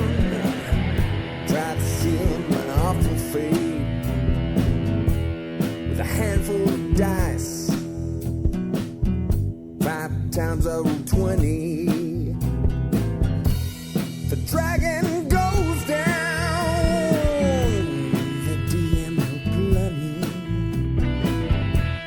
I leave with the princess. A satchel chock full of gold. We head to the tavern where my mighty tale unfolds.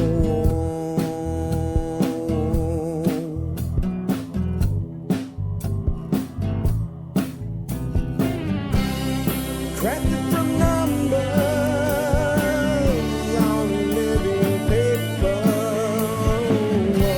I skip from the mundane to a naval caper. While in real life, my fate is unspoken. Hero roll of the dice in my fate is unspoken. The king he honored me with a mighty crossbow. It's blessed by the elves, he said. I thank him and I go. The life of a hero, struggling to stay alive. It's worth all the hardship though, 'cause now I'm a level 5.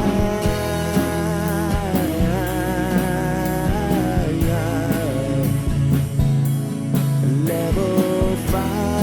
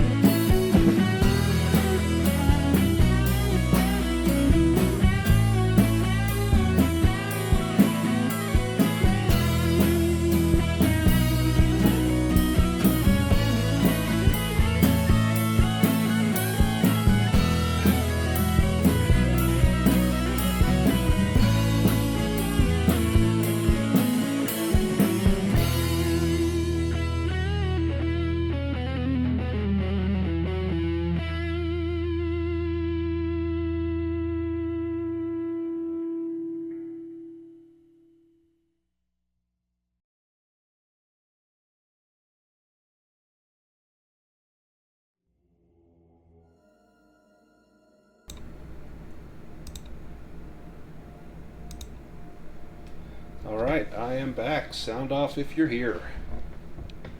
Yeah, I'm here. There's one. Hello. There's two. I'm here. There's three. Me too. Here. There's four. There's five. Have we got William? Just waiting on William. Well, we're waiting on William. Yes. What do I need to roll to resist fear? Will. Okay, will. Alright, so I need to do a will check first. Okay. Because of nightmares. Yes. And that's with a bane due to being scared.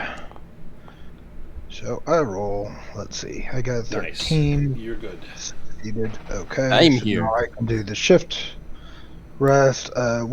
Which rest was it? The stretch rest, so not the full one, just Gotcha. the shorter one. And then if you use your memento, you can remove an additional condition. So did anyone want to use their memento during this stretch rest? Yeah, I did. Go ahead and describe for me how you use your memento. I think as I was kind of leaning against a particularly large rock, looking at the rest of the crew and thinking how close it was, I was just kind of just meditating and trying to figure out like how we can improve these things. And I'm holding the figurine in my hand. It's the one that I got, I think, from the penguins, I believe. Yep. Last episode. So yeah, just kind of thinking about the when they attacked the ship and how we may have resolved that, and now I'm trying to think of other ways to do this, and it's just constantly tactical. Excellent. Thinking. Excellent. Anyone else use their memento? I did. Yeah. What did you? How did you use yours? I chewed on the end of my pipe as I readjusted my bandages. Nice. And that pipe reminds you of better days and finer things, and helps to restore some of your pluck. Anyone else use their memento? Cutter didn't need to, so I think he was trying to be assistant to Wolf and help him with the bandages. Nice. All right, let's approach the temple. One of these days, Cutter, I'll teach you more about healing. I sure hope we can heal your hand. Up here on Although Oh, sorry, go ahead. a hook would be mighty fetching. Perhaps I could put a scalpel on it. Ooh. Up here on the temple mount, you see marble pillars, broken statues, moss-covered stairs. There are various large statues that look to be gods. And let me have Cutter make a Myths and Legends roll with a boon. Myths, legends with a boon.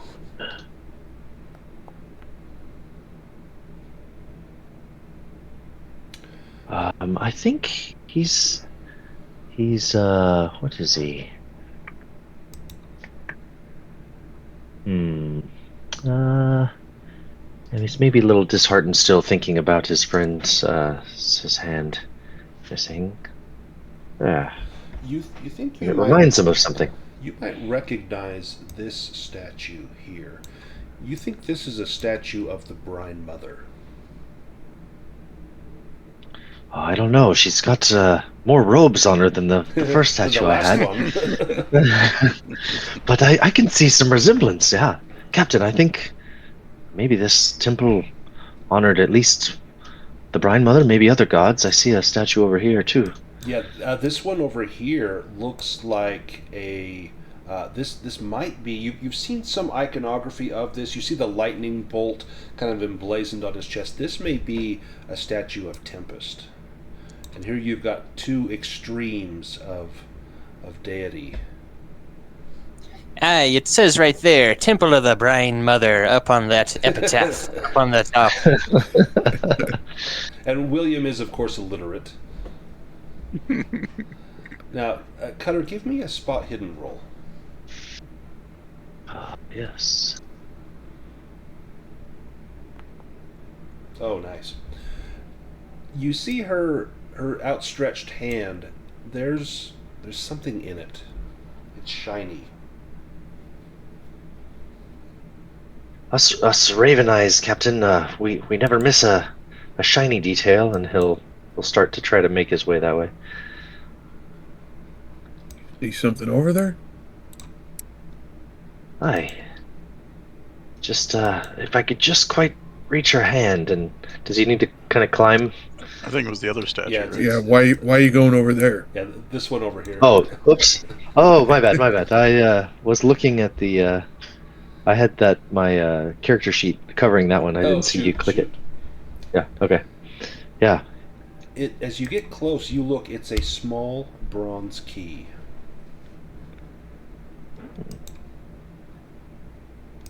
He'll show it down to Mishka. Look, a key.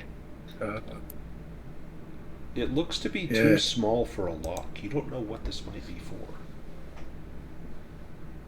Too small for a lock. Like the size of a key for a small like music box or something. Yes, Like that small. yes, something similar to that. Roughly that size and that similar design. Or maybe a spell book? Mm, Absolutely. yeah. Now, let me have the rest of you give me some awareness rolls while Cutter's doing this.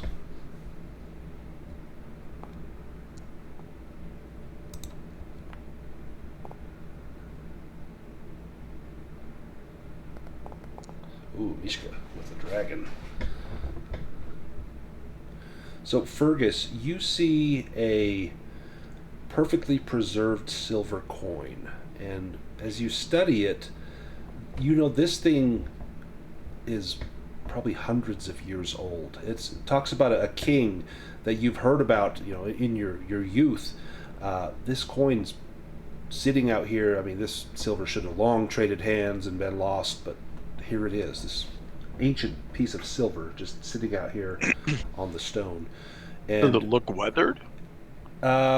very little weathering. It's tarnished, but it's not really that worn. Like, it's not passed through a lot of hands, but just been sitting out here on the stones. And Mishka, with a dragon, you see a couple of things. You see there is a message scratched into stone near one of the statues, and it says, "The dog watches the stairs."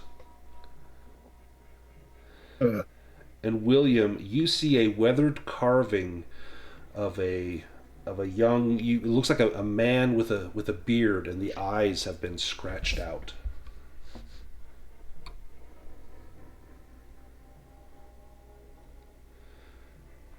Dog watches the stairs. Does that mean anything to anybody? Is it maybe a trap of some kind? Or a guardian? Perhaps. I don't think it's these stairs, otherwise the captain would have already triggered something. Perhaps the ones above? No, I am too deft and wise to trigger any traps. Don't worry, I would never fall victim to a trap. Of course, Captain. Perhaps I could make a myth and legends roll? Yeah, absolutely. And let me have Boots and William make an awareness roll. Ah, excellent. So, Wolf, what are you trying to discover with your myths and legends? Perhaps there's a local legend towards this area I may have read about in one of my many books of perusing. So you have heard of islands where folk are sent, ostracized or cast away, and islands where you might sentence someone to perish, where it was the shark-infested waters, they could not swim to shore, they were basically marooned there until they died. But this seems to be a very religious sort of shrine, a religious temple, where perhaps the very judgment of the gods is brought down upon those. And the story that Captain Skreech told was that this was an island for exiles. None had ever left. Any that had set foot here had never left, except it is rumored Silverbeard had left.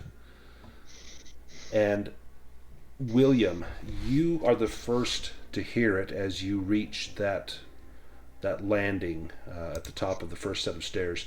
You hear a low growl that rolls across the temple courtyard. And from behind a shattered column steps a massive hound with two slavering heads, and both pairs of ember-like eyes glow as it looks at you. And let me post a picture here.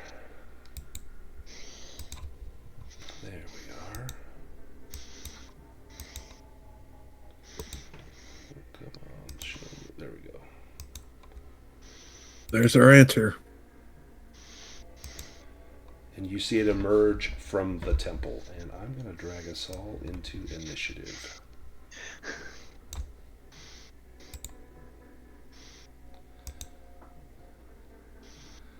All right, everyone can draw an initiative card. Oh, let me shuffle the deck. There we go. Oh, darn. Got too low. William, you are up first. Makes sense. You were the first to see this, or to hear it, and you see those dark eyes as it glares at you from the shadow of the temple. I will call out to Boots. Would you like to go first, Boots? And then your song can inspire us. That's why he's called the first mate. You go first. Nice. Aye, that is be so. All right, we'll swap with Boots. Boots, you're up.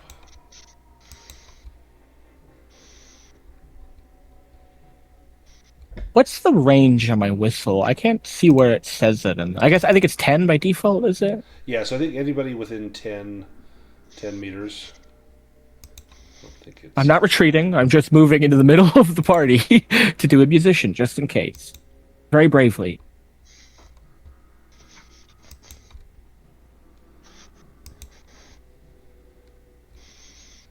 And this is boons for everyone? Boons for all, yes. Excellent. Captain, you're up. Well, calling on the powers of Neptune, I'll hurl a harpoon at this here fiend. He might be just one square out of range. I think if you step up one, he should be within range. Unless if it gives you a bane.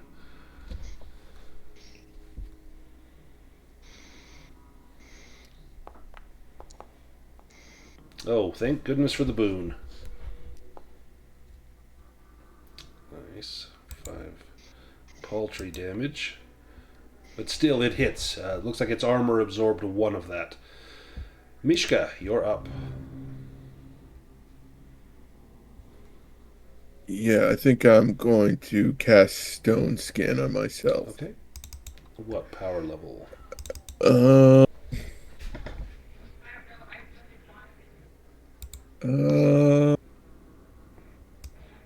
Maybe just power level 1 again. Okay. Oh wait, it's a boon, right? Yes. Ooh, thank goodness it's a boon. Yeah, go ahead and roll Okay. a d20 for me. Oh yeah, I guess I can just... Yeah. Much better. What a difference. Perfect. So Yeah. you got armor of 4 now. And you can move as well if you like. Yeah, probably just move about there. That's it.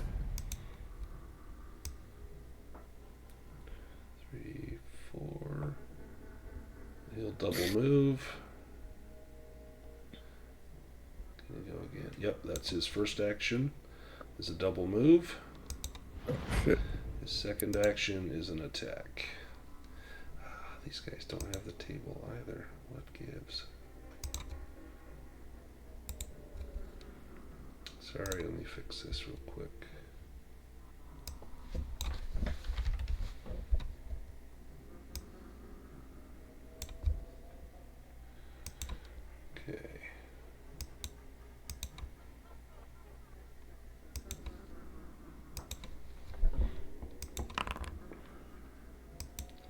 There we go. Toxic breath. The guardian towers over its opponents and exhales a stinking cloud of brimstone from one of its heads. The cloud forms a cone 6 meters long, whose width at any given point is equal to the distance from the guardian's mouth. All victims within the cone are exposed to a lethal poison with potency 12. He can also move. He's going to move. He's going to come right there, and he's going to breathe at Boots and Wolf. And will that get Cutter? That's 1, 2, 6 meters. No, that will not get Cutter. That's really close, but this will be Boots and Wolf. So unless you evade this, you'll have to make a Constitution roll and beat a lethal poison potency 12. Boots will slip and slide. He will do his best. Oh, that was a dragon. You succeed. You can move 1 square if you like, Boots. Wolf will also... I think slip and slide actually lets you move 2, doesn't it? Yes, Not that I'm going to, yes, but it does. Yeah. Which is cool. And Wolf as well. You can also move 2 squares if you like. Okay, well, why not? And then Wolf, it's your turn. I'm going to try something silly. I'm going to bark at it. Ooh. I would like to try to use languages to communicate with it. Give me a languages roll. I'm a wolfkin. He's a dog. We're canines. I'm going to of give you sort. a boon on this.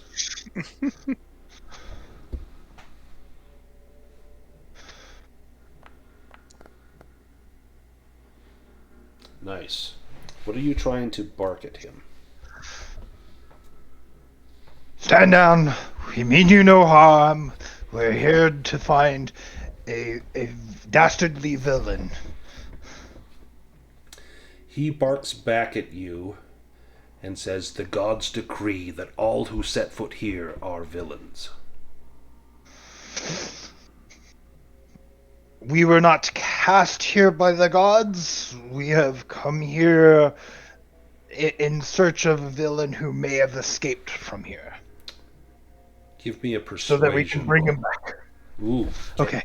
Persuasion roll with a boon, because you specifically said to bring him back. Alright. And you get an extra boon because of the whistle. Persuasion. This is not going to work out well. Okay, you said I get a boon and what? So 2 boons. 1 from the whistle and 1 because you specifically said you want to bring Silverbeard back. Okay.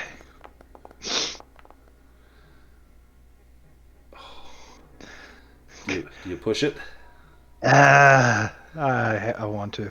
I want to so bad. It's such a cool idea. There we go. Nice. Yes, yes. The dog, the temple guardian, gets very still, and it sits on the steps and growls. We're on the hunt for a pirate named Silverbeard. He has been terrorizing these seas. We had heard tell that he had been exiled here at one point and escaped.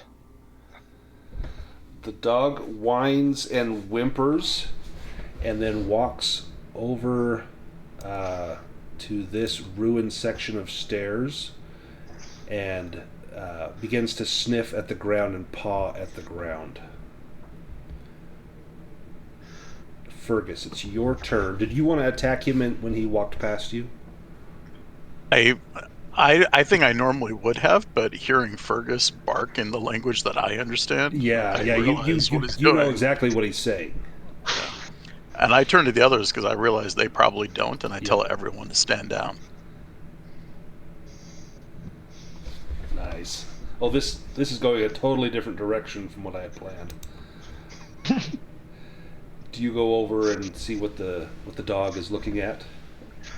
Yeah, I'll follow, and yeah.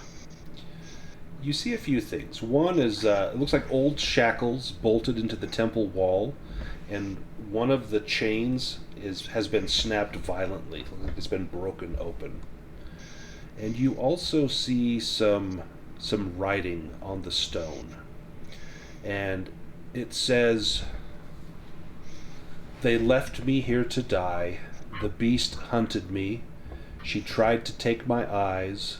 but I am harder than that. I fooled the dog, I stole her silver. I leave this place now. May any who find this know that I have cheated death.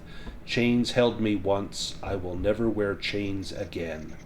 And below that is carved a symbol, a skull with a long beard, and it's been scratched with silver. And then a final line, when I return, the world will remember my name. I'll bark after the hound.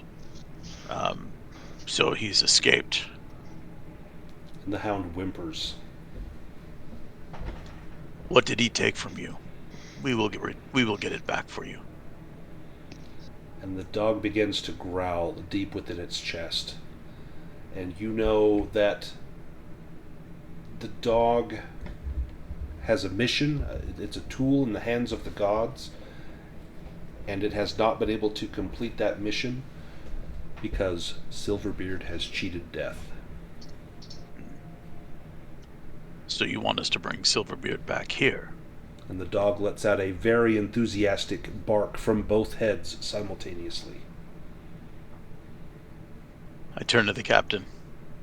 Captain, this hound wants nothing more than Silverbeard himself. I think if we find him, we should just bring him back here. Well, if that be what the dog wants, then perhaps that is the best. I much would like to see Silverbeard marooned on an island. I'll turn to the hound. I don't suppose you want to come with us. And the hound growls and barks out, and both you and Wolf understand it say, I cannot. I am bound to this island. So be it. We will return with Silverbeard, and you may have the completion of your duty. The dog also gives you a warning in a low growl, and it says, the witch, she will not listen to reason. And it turns and looks in towards the temple. You can see that there is an entrance here past the columns.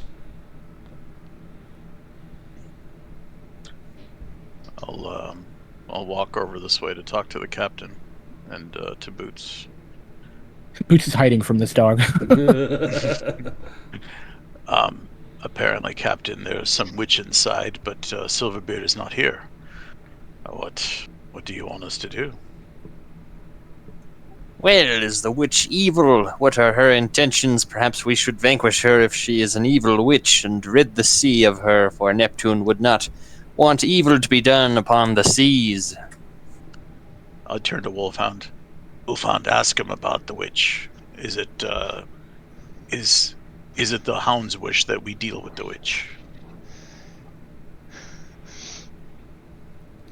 Great guardian of this island. Is this witch a friend of yours? She is not a friend. I live in fear of her.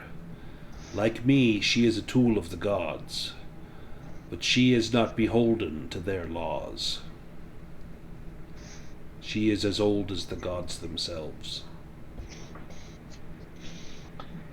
Then we will see that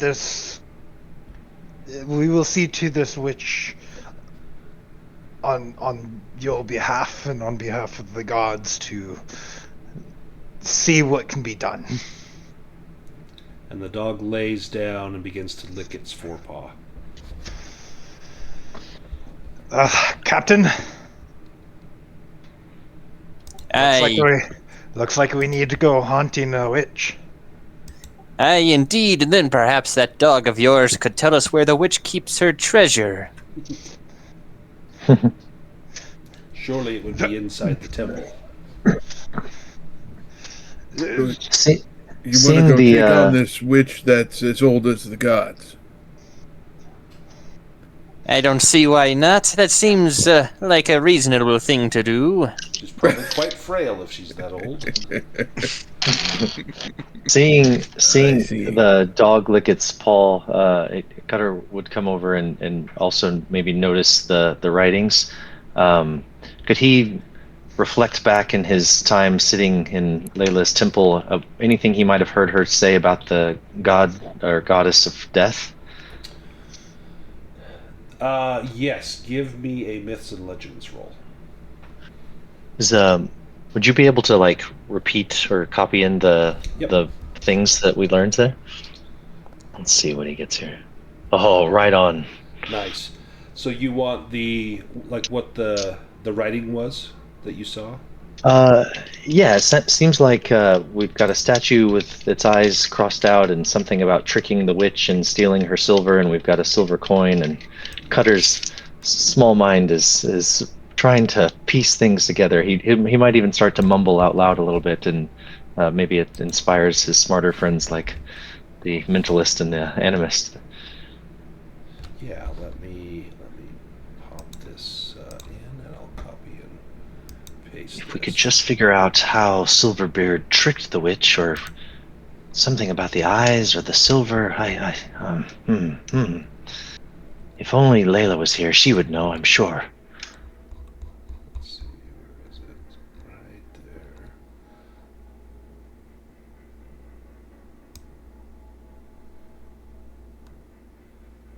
One second.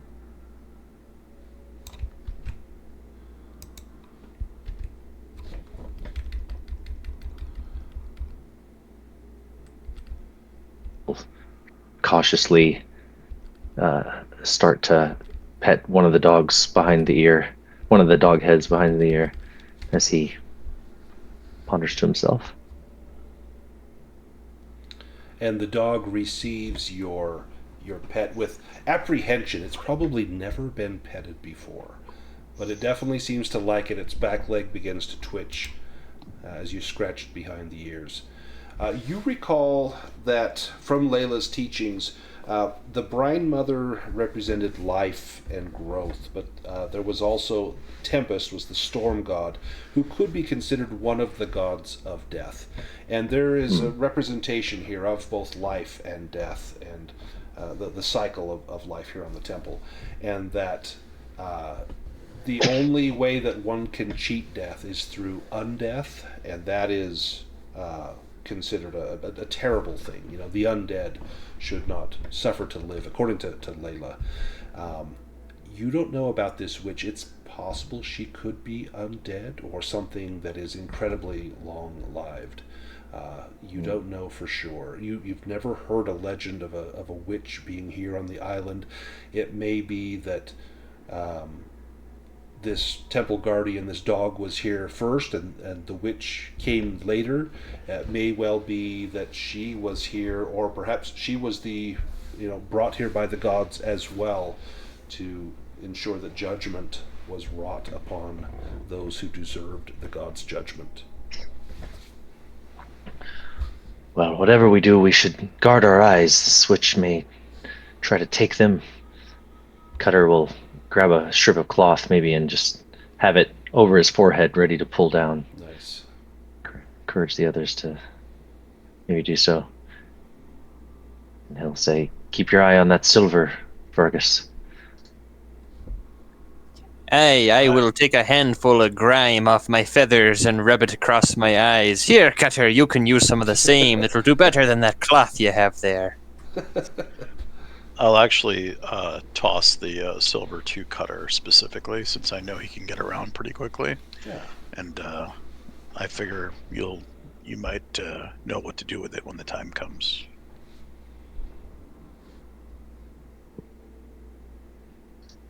Yeah, he'll catch it and pocket it. Do we head into the temple? Yep. All right, let me take us there. Into the temple deep we go. So he called the witch a snake witch. Wonder how literal he was being. Inside this temple, Give me 1 second. Let me grab my notes. There is a smell, and it's a very foul smell. It's hard to place what that smell is. It smells old, and it smells almost somewhat rancid. There's a bit of an ammonia sort of smell to it. But as you enter the temple hall, the air grows cold. There are figures everywhere. Most of them are weathered and faded until all that remains are just shapeless lumps. But they look like men, women, sailors. And a voice hisses from the darkness, speaking a language lost to the world for eons. Anyone that wants to try to decipher this, it's a language roll with a bane.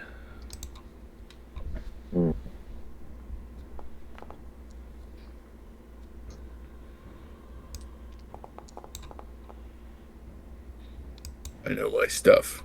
Oh, Mishka got it. It's an old language, and you only recognize bits and pieces, but the voice is haunting as it says, "You have been damned. Your life and soul are forfeit. Now die." And you see a form emerging from the side passage of the temple, and I'll post a picture. No threats from a snake witch. Ah! And let me grab tokens. Here, is that a Gorgon? All right. You may draw initiative. Now this, I've added a lair effect to this. So every round, you don't see the token, but there's an invisible token where it will roll and a random event will happen inside the lair. So let's get started. Mishka, you are up first. Now, there's just a little bit of light in here. If anyone has a source of light, you can light that up. I do have a torch. Yeah, I have a torch too. Light it up. Okay, let me light up some torches. There we go. Yeah, that didn't do much. There we go. And as you move, you'll see a little bit more in there. But Mishka, the sound is coming, that voice is coming from the left-hand side. The left, okay. So I guess that's about as far as I can go.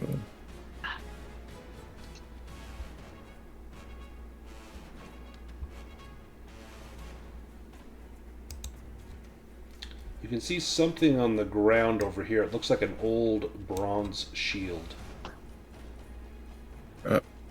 I still can't see anything, so I am going to cast Power Fist on myself. Okay. And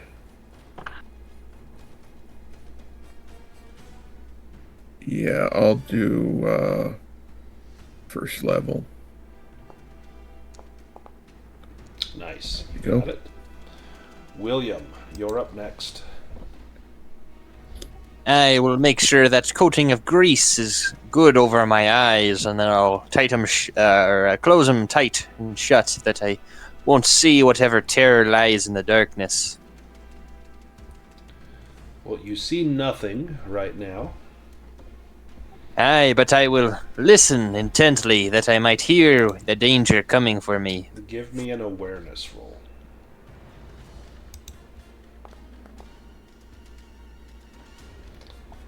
It's hard to tell. There's a lot of echoes in this temple.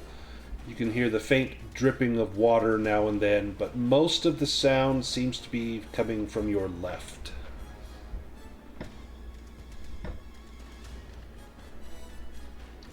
Well, I will begin to slowly make my way over there, keeping my eyes closed as I do.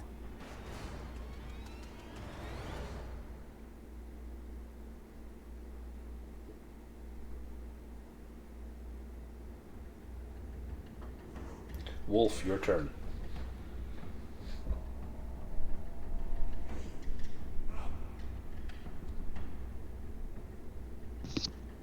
I'll walk towards the center room to see if I see anything else.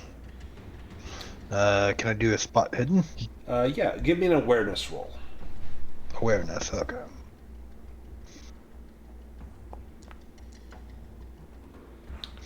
Oof. I will not push it. Okay. The only thing that you see clearly, there's a bronze shield on the ground over here, and there's a lot of kind of pieces of stone. Look like almost melted stone or like almost melted wax, and these are likely old, poorly crafted statues is what it looks like. They're really weathered and worn. Any other action you want to do? No, I think that'll be it. All right, Fergus, you are up. Yeah, so you said we see that shield and we see those statues up there. Yep. I think I'll focus my attention on going that way. 1, 2, 3, 4, 5, 6, 7. That's my movement. Yeah, grab that. And I'll grab the shield if I can. Yes, you and, can. I'm going to put it into the chat. Okay. It is a small shield +1. So this will, it's enchanted, it has higher durability, and this will increase the effectiveness of your armor by 1 point. So we will manually change that if you want to equip that shield. You'll have to put down either your torch or your crossbow or your shark fang. Yeah, I'll have to. Well, the light crossbow I'm not carrying with me at the moment, right? I show you have it at hand, so it shows up on your main page under your weapons. Oh, okay. I thought you had to actually have the hand symbol for it to be. No, like... as long as it's in one of those 3 slots, you can have 3 weapons at hand. I see. So you can, then equip the small shield, and then I'm going to change your chainmail. We're going to bump that up to 5. Perfect. And you said it's a bronze shield, right? It's so bronze. Is it really shiny, basically? It is. It's highly polished. Yeah. Okay. I'll hold it. I'll hold it and I'll look at it, the reflection of it. And you see your reflection in it, and you notice that you're panting and somewhat under the effects of fear. You don't feel afraid, but your image looks afraid. Yeah. Cutter. Cutter will put one side of the bandana down on his eye with just a single eye. He'll make his way this way. I guess he's not got a source of light lit though, so I guess he's just gonna... You have a torch on hand. Do you want to light it? Yeah, I think he doesn't. I think he wants to kind of just stay over here, so he'll make his way. Can I get over? Why can't I go any further? This is that's a wall. A okay, wall. Gotcha. Yeah. Yeah. He'll just kind of... He's keeping his eyes low and holding it against the wall here, and he'll stop right there and listen intently.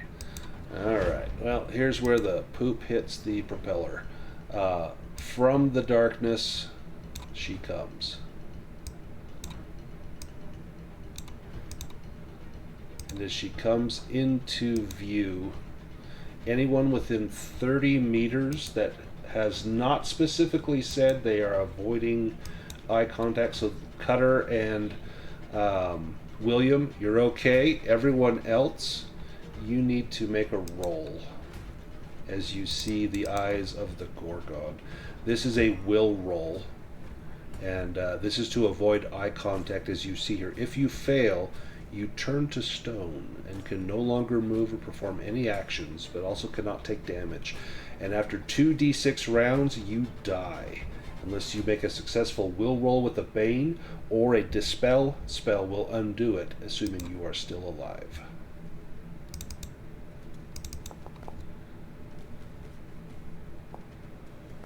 Fergus is good. Boots is good. Oh, everyone's good. Excellent. You're good for the round. And now the Medusa will attack. Oh, this one doesn't have a table either. So, 1 second.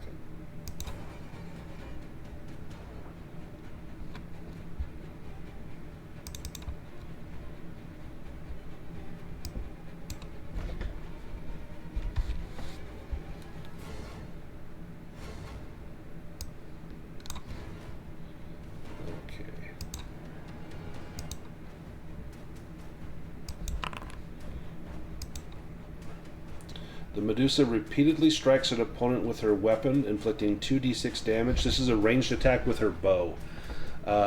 Let's see. 1 is Fergus, 2 is Wolf, 3 is Boots, 4 is William, 5 is Mishka, 6 is Cutter. Oh, not 16. 1d6. There we go. 4, 1, 2. That's William.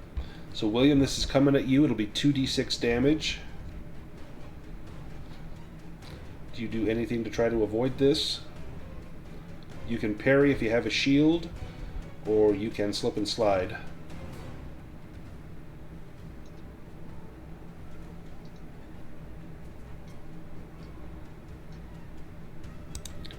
I'm going to assume you take the damage. Take 5, William. And now it is the Lair's turn. The Lair. Oh boy, I don't have this either.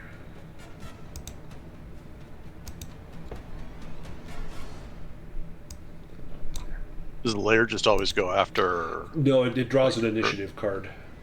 Oh, okay. And then I've got a table of things that will happen with the Lair. Okay. So light glints across the temple floor like a mirror.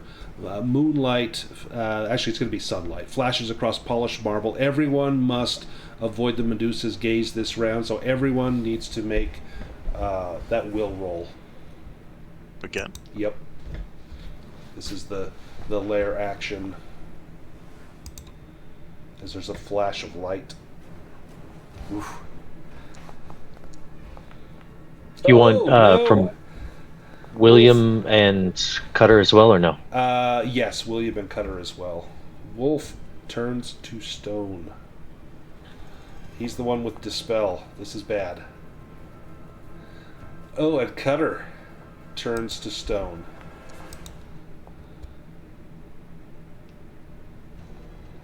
And William turns to stone. What? Wow. Not good. For 10 rounds. You got lots of time. So you can revert from stone. So let me mark that. So that's William. Let me mark. I have petrified. I have paralyzed. We'll do paralyzed William, Cutter, and Wolf. On your turn, you can. Oh, sorry. Oh, sorry. You can make a will roll with a Bane to try to break it. There we go. Wow. Boots, you're up. Okay, yeah. Get her. Get her, Ray? Yeah. That's your whole plan, huh, Ray? Get her. Well, I realize we're down a lot of damage, but Boots is still going to do musician. You guys look at a boon on your will rolls. That's probably so. the best thing you could do. She doesn't have a ton of hit points. She is definitely defeatable, but yeah, this was worst case scenario that half the party goes down on round 1. Alright, so boons for everyone. The Medusa will go again. Heart shot. She draws back on her bow, delivers a crippling heart shot with a blackened arrow. She targets the foe with the most courage. Who among those standing, Fergus, Boots, and Mishka, has the highest will? Is it Mishka? 13 for Boots. I have 10, but Boots is a coward. Like, right? He pretends not to be, though. What's Mishka's will? Mishka has 16. Yeah, it's Mishka. Yeah, it is. Going after Mishka for 8 damage. Okay. And you will become sickly. Your armor will block 4 of that. So you take 4, and then you'll take the sickly condition. Okay. All right, round 2. William, you're up first. Will roll with a Bane, but your Bane gets canceled from the song. I need a will roll. Oh, there you go. William's back in the fight, so you are no longer paralyzed. Nice. Let me see if that's your action, or if... I don't think it's your action. Let's see. It doesn't say that it's an action. In fact, it says it's not an action to avoid being petrified. So you can act and move.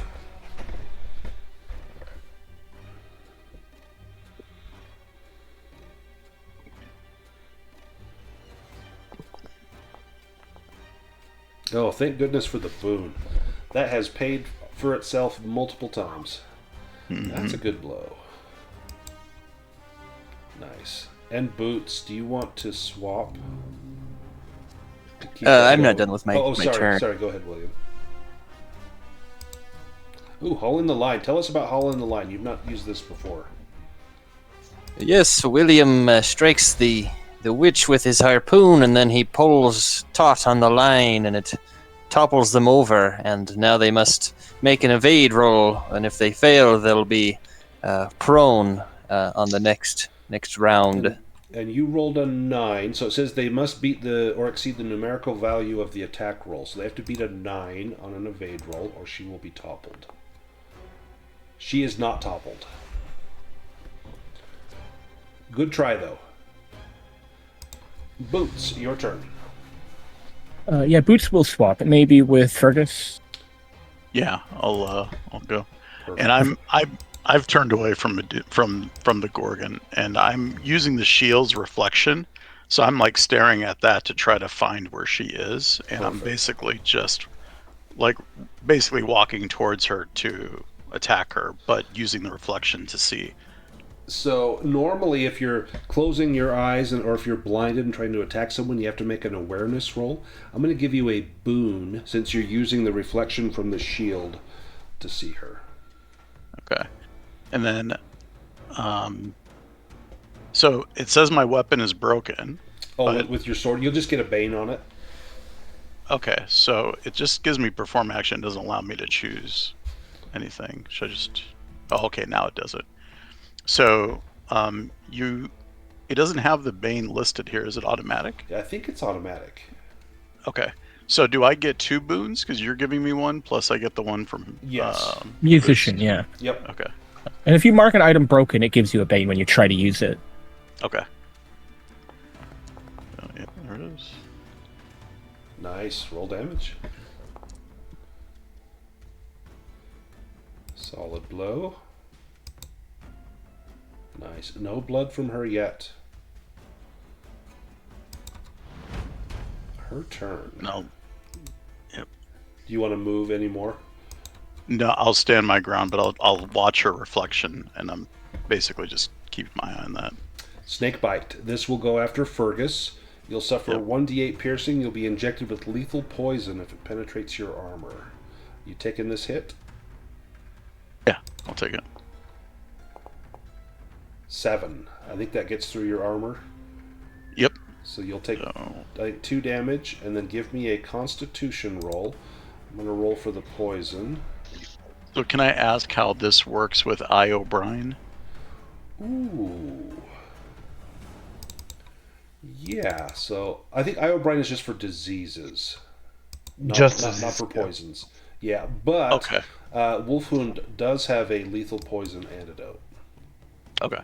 So here is for the poison. It got a 12, so that's a success for the poison. So give me a Constitution roll. Okay.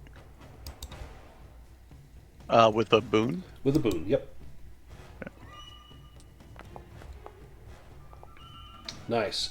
So if both succeed, it's a limited effect. You'll take 1d6 damage from the poison. But then it ends. So let's roll that additional poison damage. Armor does not protect you from this. You'll take 1. Ah, perfect. Okay. All right. And then So just to make sure I got this right, I took the 2 from the over damage And then one then more. 1 from the poison. Yep, Okay. correct. She's going to move to right here. And then it's the lair action.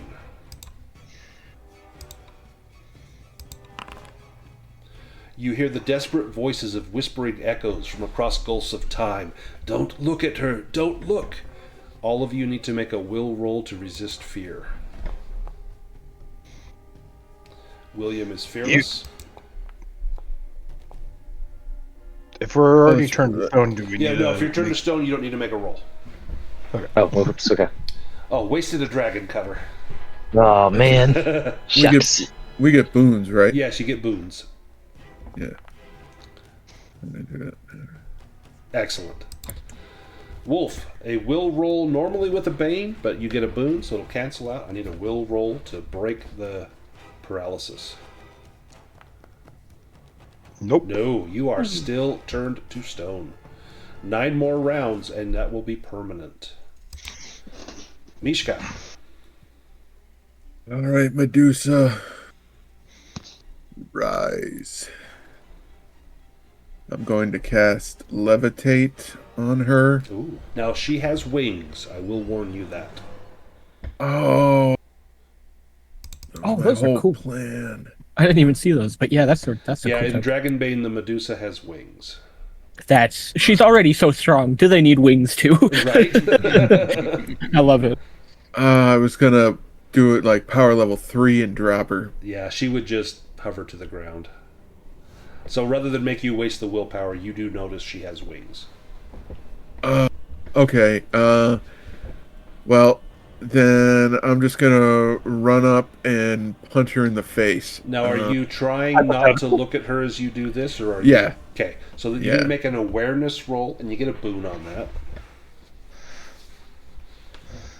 And if you pass that, then you can punch her in the face.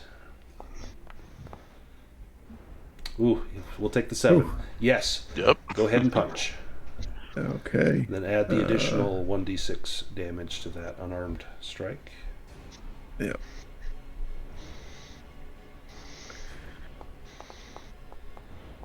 Nice. Roll damage. Ooh. Oh, nice. Not bad. Good. Yeah, mentalists are awesome with Power Fist. And you see a little Yeah. blood come out. Now knowing that, I feel like I should pump up Power Fist, Pump up though. Power Fist, yeah. Yeah, it's really good. Cutter, I need a will roll normally with a Bane, but again, because of Boot's whistle, you get a straight will roll. See if I get another. There we go. Nice. You can act. Let me unparalyze you. Yeah, so he's I think he's going to avert his eyes, but he would like to sneak up. So he took the assassin excellent. heroic ability.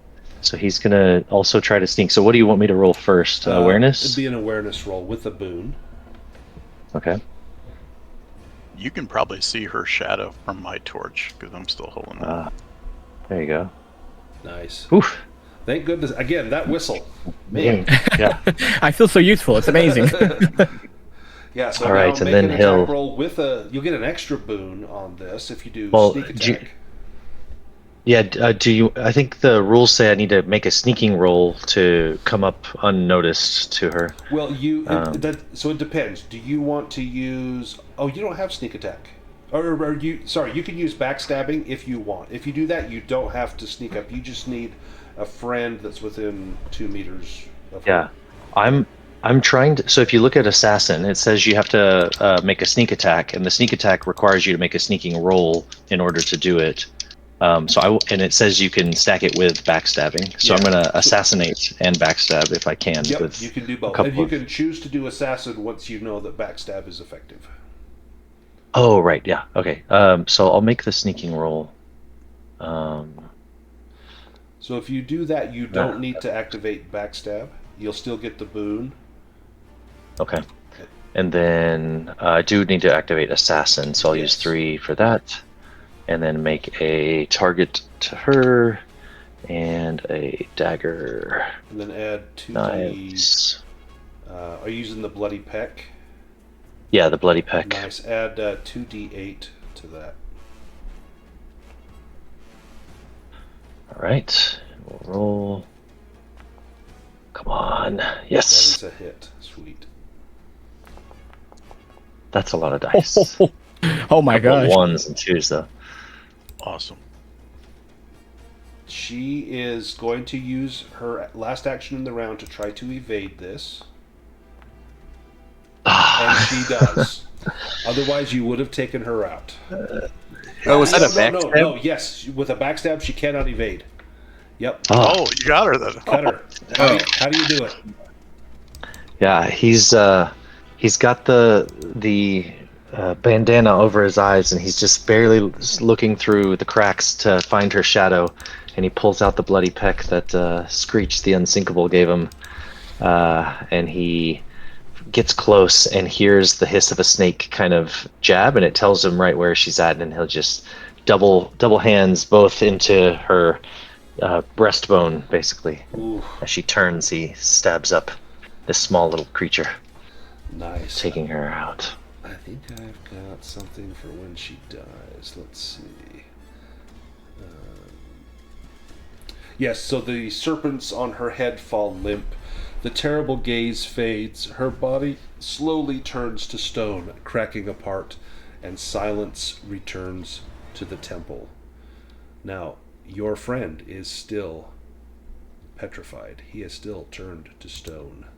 Wolfhound. Let's see, we go to Boots. Do you... I don't think... So, the one that... Wolfhound knows Dispel. He could end this, but he is paralyzed. So I don't think we can do anything until Wolfhound is able to make that roll. Boots is going to whistle in his face. Just like, come on, man, snap out of it. And just whistle. Is all of his equipment petrified too? Yes, uh-huh. So he has to make 8 roll. One of the next I was 8 gonna rolls. say if I Yes. could get to his spell book, I could maybe read the spell and cast it. Yeah, I think it gets petrified. Shoot. But you'll get a boon, because Boots is still playing his tune. So, Wolf, you got 8 chances. Hypothetically, Yes. hypothetically, if it's like a shield, the shield doesn't get petrified, the person does. Yeah, So would the book itself be petrified, or would it be on my person but just like stuck in the stone? That's what I think. Like, if it's in a pouch or a backpack, I think that is petrified. The reason that the shield +1 that Fergus picked up was not is back when that shield was owned by someone, they dropped it and then turned to stone. That's why there's not a ton of like weapons and armor in here. Oh shoot, I messed up on that. I gotta reroll that. Yeah. Here, pour some of my grog on him. This grog here can eat through metal. It'll surely dissolve him. I'm supposed to roll it with a Yeah, name, right? but you get a boon from the song. Oh, so then Just- it was negated, just so I straight. just felt. Yep. So you failed 1, so you got 7 more. Let's go. Odds are you're gonna get this. Oh, that's I think gotta you be it. actually I roll succeeded it. There we Hey. go. Oh, nice. Ooh.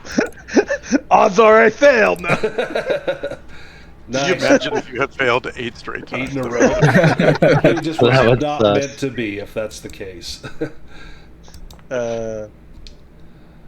Nice. Yeah, let's do some spot hiddens. There's some treasure to be found. All right. Oh, spot hidden. Rolls. William, you succeeded on your spot hidden. And Cutter did as well. And Wolfhound failed tragically. Well, I mean, I guess it's kind of like coming out of carbonite, Right. you right. know. I just can't see. I don't have my... All I see is light and dark. So you need, of course, you're like Chewbacca, so I don't know who's going to see for you. William. It's okay. I got a nose for these things. You find a curious object over in one of the corners. It is made of bronze. It is a clockwork statue of a bird. Ooh. With a small little opening, tiny, looks like a hole. A keyhole, in the chest. perhaps. It looks like a keyhole. It's the key. Well, William will scratch his head. I'm not sure how it works. Let me pour some grog on it. Let me see if it just needs oil in the gears. Oh no, there's a key. There's a key. Captain, I've got something. And he'll rush over and give him a tiny key. Ah, this might do it. I was about to think of this. So William, this is Clack, a.k.a. Rusty, or his professional name is Richard Gere, but it's Gear. Do you wind the key? I will wind the key.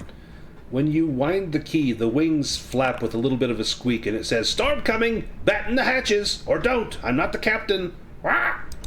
And then it says, "Pieces of 8! Pieces of 8! Pay your debts!" Wah! And then it begins to fly around the room and returns to land on William's shoulder. Awesome. Now this thing... It will be a fine member of the crew. This thing can fly short distances and return. It can repeat words that it hears. It loves shiny coins and pirate curses. This could become a beloved crew mascot aboard the William, or this could be a real pain in the neck. Why not both? It could definitely be both. Now, you also find quite a few other things. Let's see. Fergus, you succeeded on a spot hidden. Well, the Medusa had a bow, and this bow is Sure Strike. She also had a short sword. Was the spot hidden with a boon? It would be with a boon, yes. Okay, then...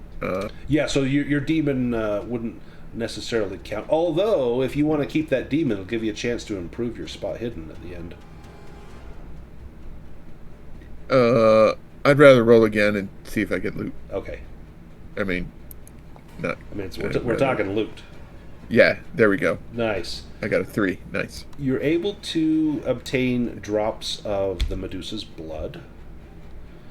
We also find some a harp, 50 copper coins, a large shield, and a magnifying glass.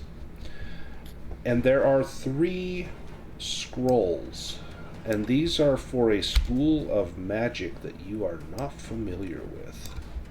Oh. There's a spell of accusal, a spell of condemnation, and a spell of damnation. Oh. Are these from the new Book of Magic?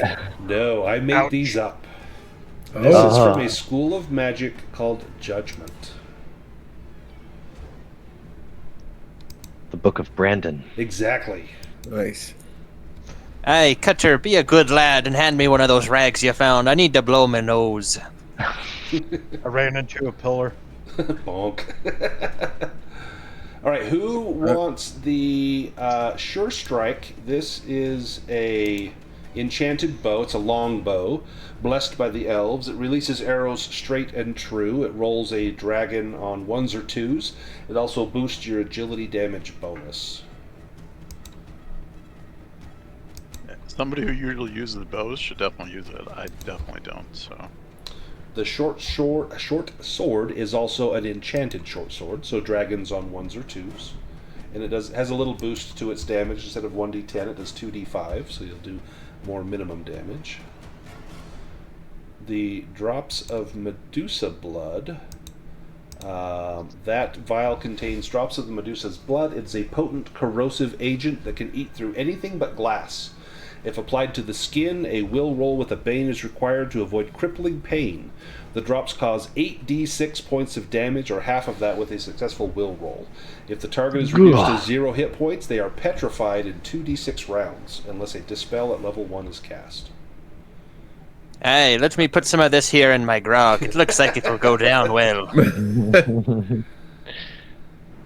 So does anyone fancy Sure Strike, the longbow? He's gonna do bows. I think the strength requirement on that has also been lowered to 10. Cutter's more of a bows, not bows, a slings Slinger. guy, but he could start learning some bow work. Yeah. Yeah, if put you in want your to take Sure Strike. Who wants I the enchanted short Miss sword? Cook can only use slings. Yeah, nothing metal. Well, you can use metal, you just can't cast spells while you've got metal at hand. Right, so I gotta like put it in my backpack and Right. take it back out. Anyone want the short sword? Plus one, or enchanted short sword? If no one's taken it, I'll take it just to put it on the ship Right. in case we ever lose a weapon or something. Who wants to carry the drops of Medusa blood? Probably don't want William to carry this. Or boots. Or boots. I'd like it. Yeah, take it. Boots, do you take the harp? He's got his whistle. Got his whistle? It's the same thing, basically. We'll say there's 60 copper coins, so 10 copper for everybody. Not much money here, but there's a little. Anyone want the large shield? It's just a normal large shield. So I have the small shield. What's the difference between the two? Higher I guess? durability. And The I think large you need shield has more durability? Yeah, you need more strength to use it. You need a 13 strength, and the durability is 18. Oh, okay. I'll take that one then. Okay. And then the magnifying glass gives a boon to spot hidden rolls if anyone wants that. Yeah, I'd take so that much- if nobody wants it. Of course, it. your small shield, Fergus, is magical. So if you unequip that small shield, it'll drop your armor value by 1. But you're actually your small shield also has durability 18 because it's mastercrafted. Oh, okay. Then, well, I'll ask because that one has a lower strength requirement. Yeah, right? strength of 7 for that one. So I'll ask anyone else if they want to use a small shield that maybe isn't quite as strong. Anyone- Wizards can't use shields either, can they? This one is it's bronze. That would count as a magic or a metal item at hand if you were using it. Yeah. You could use like a wooden buckler and you'd be okay. Okay. I guess I will carry. You can always the go into the small- ship's loot. Yeah, I'll carry the small shield Okay. for now, I guess, and then I'll put the large one in the hold. And anyone want the magnifying glass? I said I'd take that if nobody wants it. Perfect. Yeah, take it. And then those. And I'd like to cut off the Medusa's head and put it in a bag. I'll be saving this one for Silverbeard. Ooh. It's already turned to stone, right? Yeah, turned to stone and crumbled. So the blood is, if you want to, that's the point of the blood is that's for Silverbeard. So if you don't bring him back to the island, that's how you can bring judgment to him.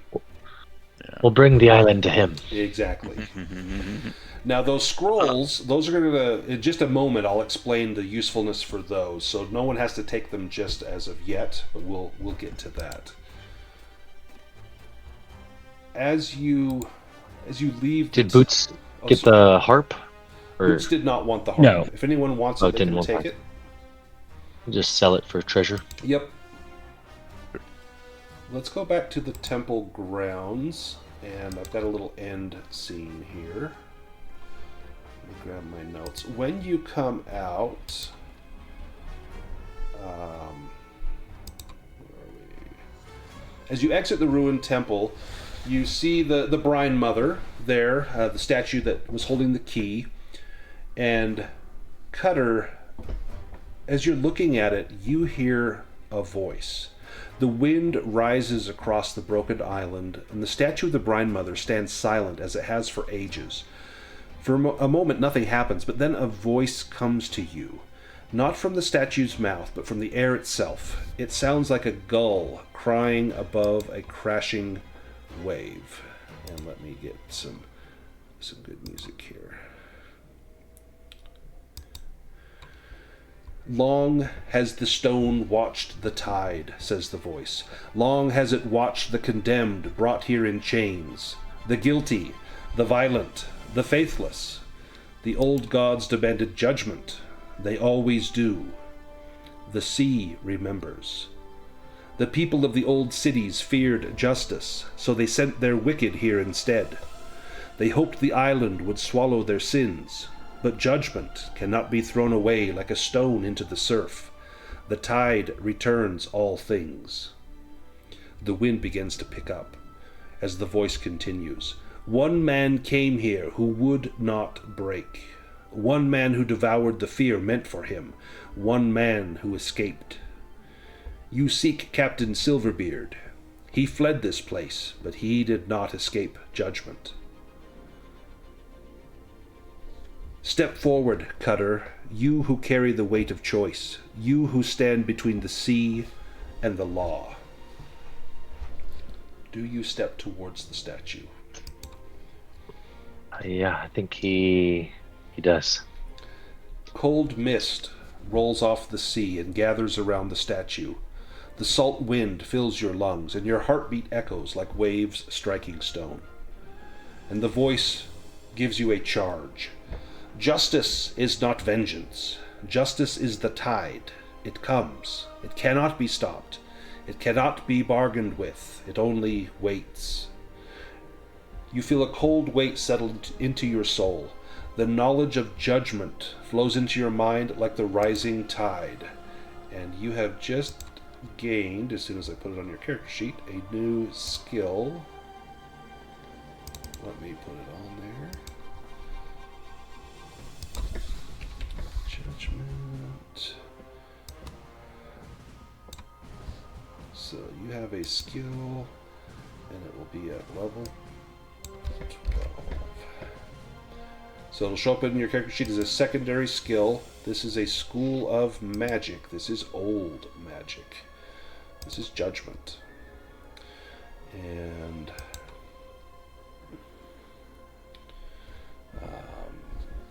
the wind howls briefly, then the voice speaks one final time. Find the man who escaped this island. Find the one who believes the sea itself cannot claim him. Bring him the judgment he has avoided. He survived by stealing a scale from the Medusa, which caused her to fear and loathe him. He left behind his old name that no mortal save himself now remembers. And the wind begins to sharpen like a blade. Tell Jonas Pike that the tide remembers his true name. The voice drifts off like flotsam on a strong tide, carried out to sea, and then nothing. Just the endless crash of waves on the cliffs below. And then you hear a grinding of gears and a squawk. Judgment comes! Judgment comes! Squawk! And that's the end. So, if you want to try to learn those spells, Cutter, you can. You now have the Judgment School of Magic. And those cool. Those spells are specific to the Judgment School. So, let's do some improvements. If you guys want to, you can tack on 5 additional improvements to whatever you have already gained from dragons and demons during the game, and then we'll make some improvement rolls. I had a demon on a strength check or something, right? That doesn't have that. Yeah, those don't count for anything. Okay. Just in-game stuff. And then you can also do a shift rest and recover all your points and conditions. And William, are you ready to do your improvement rolls? I am. All right, let's see what you got. Oh, from a 19 to a dragon. Ah, almost a 20.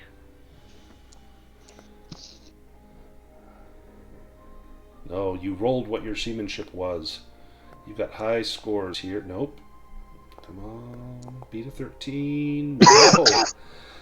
Brawling's got to go up. You only have a 7. There we go. Brawling goes up. And how about your harpoon skill? No, just brawling. Well, that's all for me. How about boots? Are you ready to do your improvements? Yeah. Swords goes up. Excellent. but not crossbows. Seamanship goes up. Excellent. And let's go to Mishka. Are you ready to do yours? All right, go for it. Yeah. Does he know how to do it? Maybe he doesn't. Yeah. I think so. Yeah. Oh, okay. Yeah. I played through the whole core box campaign. Oh, okay. Cool. Excellent. Oh. Come on, bad rolls. There we go. Seamanship goes up. Oh, there's a nice one. Nice. Spot hidden goes up. Brawling goes up. Nice. Excellent. That's Yeah, I power want my fist. brawling. I want my mentalism to go Slings up goes too. up. No. Ah, rats. But brawling, that's a good That's one it. for you. Yeah. Excellent. And let's go to Wolfhound. You had a hell of a session.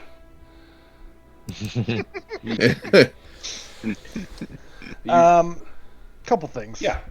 Is it 5 or 4? It's 5 if you do the solo rule says just take 5. If you want to answer the questionnaires, it's up to 5. The questions are: did you participate?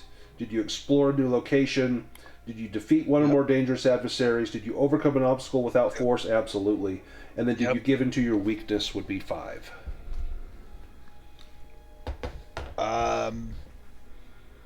I lost an arm, Yeah. so I'm gonna say yeah. I gave I'm into going to say yeah. just lack of attention. Absolutely. Now, do you want to try to learn a spell? Do you have any scrolls or? I don't have any scrolls. Nope. Yep.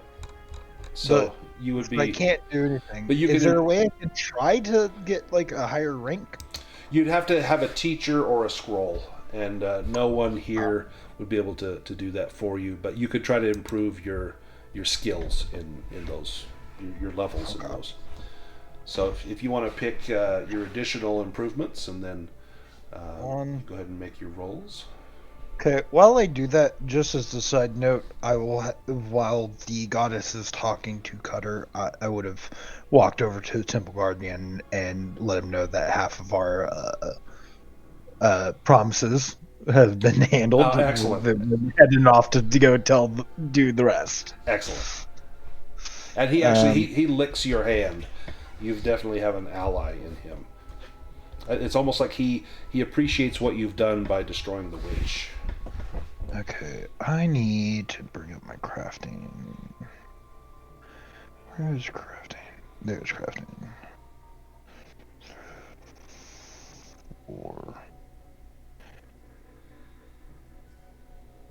And sure, let's get persuasion up. Okay, I got my 5. Okay, go ahead. Oh, nice. Elementalism goes up. Your fireball's getting better by the moment. Wow. Spot hidden goes up.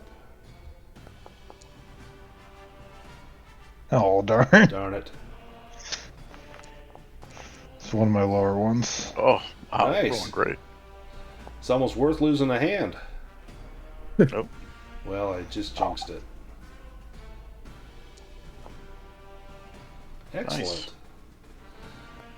One more. Oh, man. Oh. Well, you're stealing all the improvements. Yeah, fantastic. How about Fergus? Are you ready? Yep. Let's see what you got. Nice. I wish I had done Put that on somehow. swords, yeah. Oh, I knew it. There we go. Ugh. No. Come on. Crossbows. Yep, Okay. that goes up. And swords.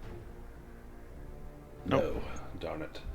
And last but not least, Cutter. Are you ready? Yeah. Now, do you want to try to learn one of the spells? Yeah, I was trying to read. I think I've got. So I added them so that I could actually look at them. but the damnation didn't have a description that I could see, and accusal and condemnation had the same description. So I don't know hang on. exactly what they do. Let me take a look. So if you click on damnation, so damnation is the rank 3 spell. You'll want to learn the rank 1 spell first. So damnation. Oh. Yeah. Oh, okay. Yeah, it's supposed to have. They go kind of in order, basically. Yes, I don't know why that's. Okay, let me check here. It's acting kind of screwy today. I'll roll the other ones. Okay, I know what it is. So damnation doesn't have a description. It just does damage. It's a touch spell that does 2d8 damage, and then you can bump it up to 1d8 damage. I think that's what it is. And so Extra. Okay. Yeah.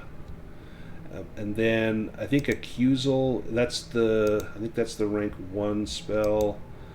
Yes, and that one does have a description. So you invoke their name, which you now know the name of Captain Silverbeard, and that will cause damage. That has a range to it. And then condemnation is the rank 2, and that one version of that. Yeah, if I click on the spell, that one has a range of 20. Okay, it's just more powerful. More powerful, longer range. Okay. Do you write down that name? I'll have to listen to the recording. John something? Jonas Pike. Jonas Pike. Okay, Jonas Pike, yeah. Like, don't forget the name. All right. So if you want to learn one of those, normally it's going to be a languages roll, but the Brine Mother gave you these, so it's an intelligence roll with a boon. Oh, okay. Because it's like having a teacher. Gotcha. All right. And then that will cost you an improvement mark in judgment if you want to learn that. Got it. Yeah, I will do that. Yeah. I guess condemnation is the first one. No, accusal. Accusal. Yeah. So he'll try to learn accusal with a boon here. There it is. Didn't need it. Yeah. Didn't need it at all. Let me put accusal on your character. Okay, and then the others, he'll try to get some. He had a dragon, I think, in acrobatics going up the. Yeah. But no improvement there. He tried some healing. You learned from your mistakes there. Yeah. He's definitely spent some time thinking about myths and legends. Yeah, excellent. Did a little sneaking to assassinate. Well earned there. And then he starts practicing with his bow. Yes, and it improves. Nice. Excellent. Awesome. I think that's... Did I miss anyone? I think we got everybody. Yeah, I did have a question. Yes. Would I be able to learn, like, the Dispel spell from Wolfhund? From Wolfhund, yes. And so, in fact, if you guys want to do that now, as long as Wolfhund, he has a level 15 in animism, so he can be a teacher. It's a general magic spell. He can teach it to you. It'll take a little bit of time, but it's just going to be that intelligence roll with a boon, and if you succeed, then you can learn that spell. I mean, I got plenty of time. I failed to sleep. Right? Yeah. I rolled a demon. Thank you very much. Oh, yeah. I got it. Thank you very much. Let me, I'll add that to your character sheet.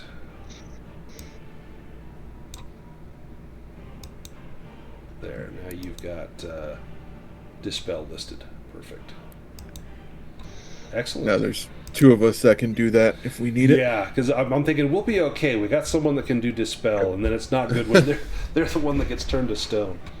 Awesome. Any questions before we sign off for the night? Yeah. So, even if I fail to sleep, does it count? Does the countdown occur on the nightmares?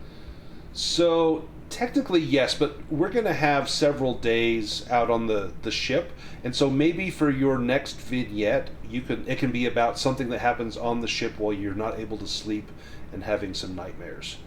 But then you'll be done with that. You'll have passed enough time.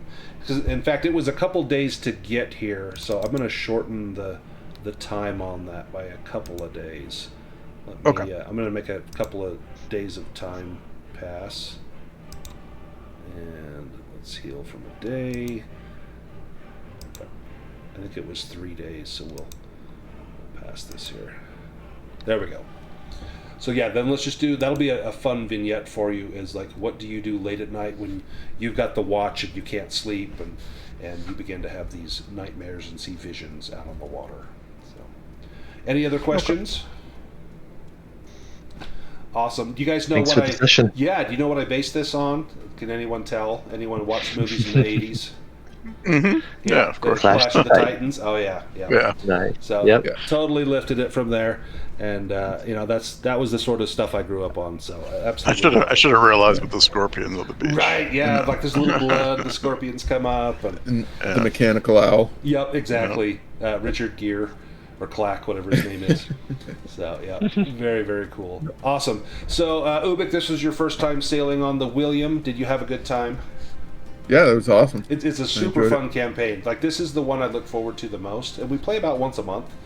And we've got the next session, I think's already filled up for May. I know, Cutter, you weren't going to be here, or for April. Cutter's not going to be here. Yeah. And I'll get another one set for May here in a couple weeks. I'll post it, and I'll post it in our Discord first for you guys that want to join up before it goes public for anybody else. That way you got a chance to sign on. So. I think I'm signed up for the April one. I think so.